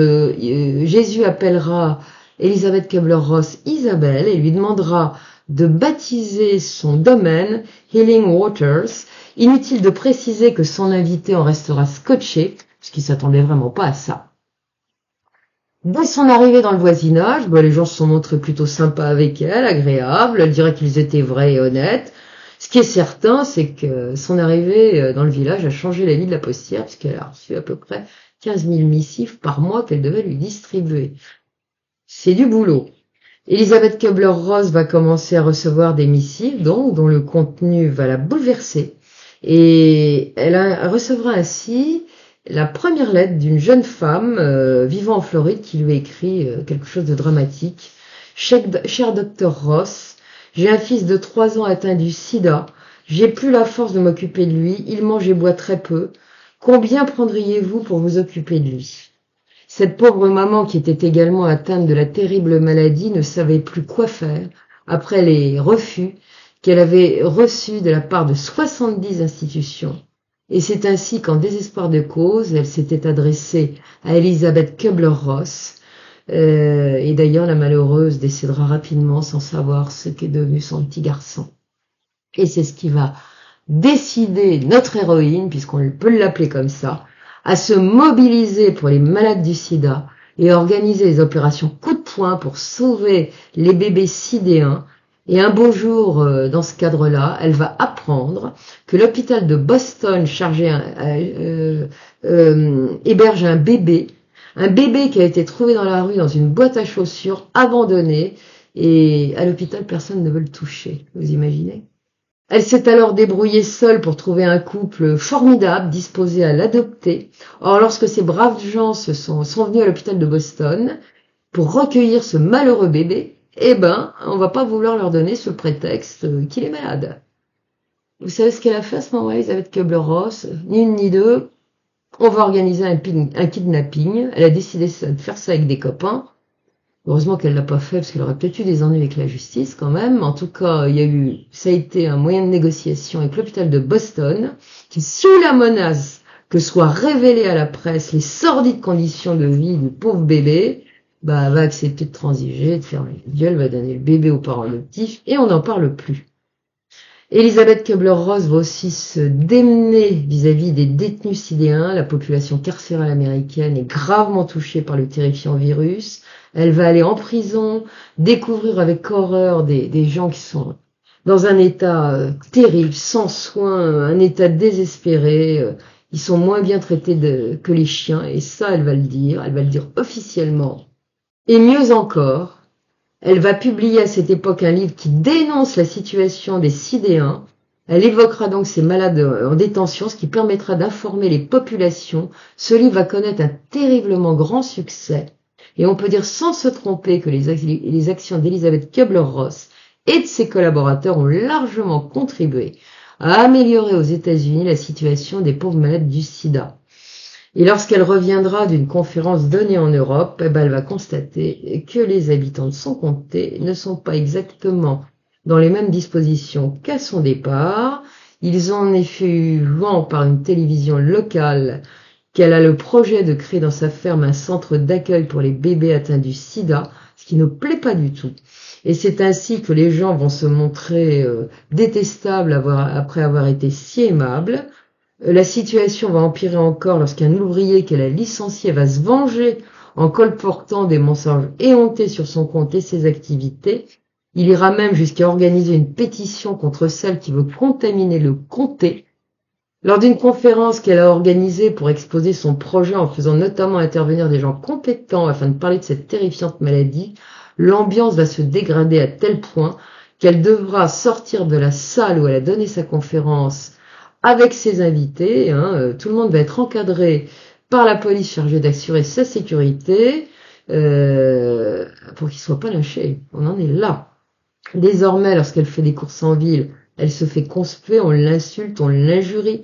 Ne parlons pas des menaces de mort qu'elle reçoit, des visites du Ku Klux Klan qui viendra à plusieurs reprises faire brûler des croix sur sa propriété et même devant sa maison.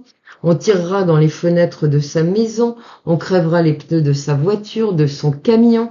La haine locale va atteindre de tels sommets qu'elle sera contrainte d'abandonner le projet. Elle se limitera donc à organiser une agence de placement pour les bébés atteints du sida. Grâce à son action, de nombreux d'enfants et de bébés sidéens seront adoptés par des familles vivant aux quatre coins des États-Unis. Vous voyez le travail qu'elle a fait. Et un peu partout, beaucoup se lanceront à sa suite dans des opérations d'aide à ces malades qui sont gravement rejetés par la société.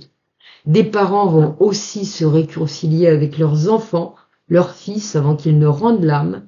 Et l'action de cette femme courageuse qui a été Elisabeth Kubler-Ross face à ce terrible fléau qu'est le sida a été absolument considérable à plusieurs niveaux.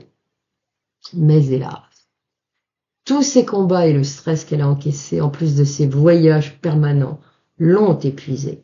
Nombre de ses amis l'avaient pourtant averti qu'il fallait qu'elle ralentisse, mais elle a continué comme d'habitude à n'en faire qu'à sa tête.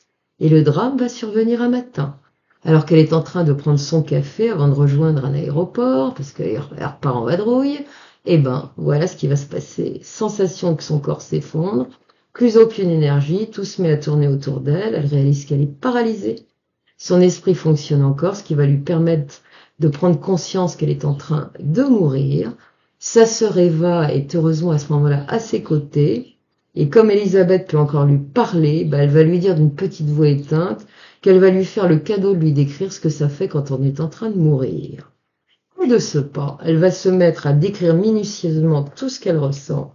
Et ses derniers mots avant de perdre connaissance seront pour lui dire qu'elle commence à se sentir hors du corps, qu'elle ne regrette rien et qu'elle dit au revoir à ses enfants.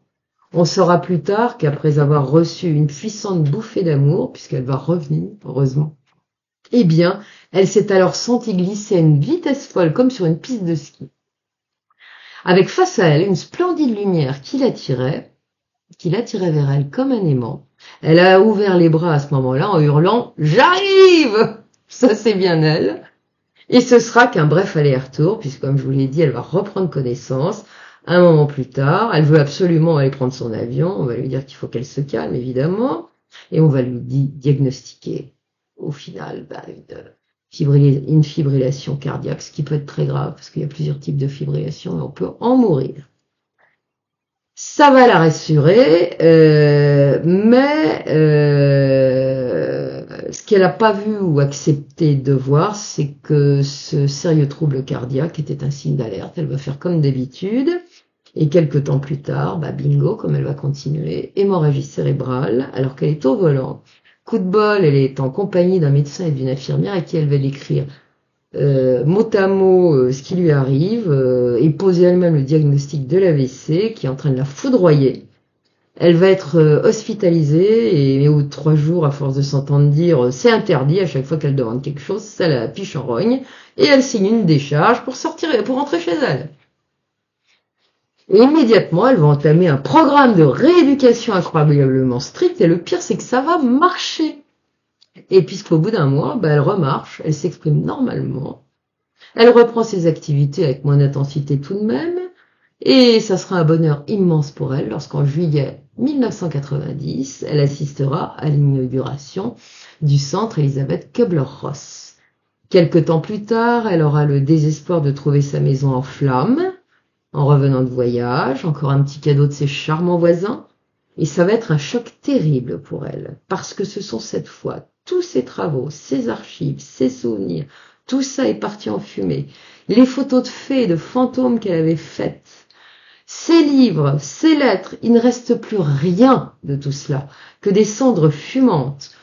Les autres bâtiments sont intacts de la ferme. Elle va faire cadeau de tout ça à une association qui s'occupe d'adolescents victimes de mauvais traitements et qui sont atteints du trouble du comportement. Mais là, c'est trop. Elle va partir, elle va se couper de tout le monde. Elle dit qu'elle prend plus ou moins sa retraite. Là, maintenant, c'est fini. Elle va partir vivre au milieu du désert d'Arizona, où un autre AVC va la frapper en mai 1995. Ça va la laisser lucide, mais très handicapée physiquement, dans des souffrances permanentes. Elle peut plus se débrouiller toute seule. C'est une Amérindienne chaleureuse et bienveillante qui prendra soin d'elle. Et c'est durant cette période qu'elle va écrire son livre Mémoire de vie, Mémoire d'éternité. Elisabeth Kubler-Ross rejoindra enfin le ciel, sans nul doute avec joie. Le 24 août 2004, elle sera restée pendant 9 ans dans un triste état. Pour quelqu'un qui bougeait autant, ça a été épouvantable. Elle était seulement âgée de 78 ans, ce qui est déjà un bel âge, mais quand même, vu son dynamisme. Et cette femme exceptionnelle et courageuse aura réconforté des milliers et des milliers de gens dans le monde. Son précieux travail aura permis de faire en sorte que la mort ne soit plus un tabou. Elle aurait écrit une bonne vingtaine de livres, comme j'ai déjà dit, dont une bonne quinzaine ont été traduits en français, que je vous conseille de lire. Et on peut dire que si les unités de soins palliatifs existent aujourd'hui, on le doit un peu et peut-être même beaucoup à Elisabeth Kubler-Ross. Voilà ce que j'avais à dire sur cette femme fantastique, qui a eu un cran formidable, une détermination à toute épreuve, qui a sacrifié aux autres, y compris sa vie privée, ce qu'elle a regretté parce que c'était une femme sensible, mais qui a tout fait pour les autres. Alors, était-elle, vous vous souvenez des Apuniens, tout pour les autres. C'est le petit clin d'œil de la sortie, mais en tout cas, elle était formidable. Et je tenais, une fois encore, à lui rendre hommage, surtout par les temps qui courent où les gens sont en détresse, où ils ont peur, où il y a de ces maladies qui circulent et tout ça. Donc ça me paraissait d'actualité et légitime d'honorer cette femme et ses travaux et transmettre la connaissance qu'elle a donnée aux hommes, aux humains. Et je vous conseille évidemment de lire ses livres. Voilà, je vous remercie infiniment pour votre écoute, pour tout ce que vous faites pour moi. J'espère que je vais pouvoir continuer ce que je fais. C'est un peu compliqué en ce moment. Et puis d'autant que la plateforme, on va voir ce qui va se passer. Est-ce qu'elle me fait pas de cadeau en ce moment? Bon. Je sais pas ce qui se passe. On verra. Bon, en tout cas, merci à vous. Prenez soin de vous. Et puis, bon, bah, comme d'habitude, hein, je vous embrasse. À bientôt. Très bientôt. Je vais essayer d'en refaire un deuxième. Voilà. Allez, au revoir. Merci.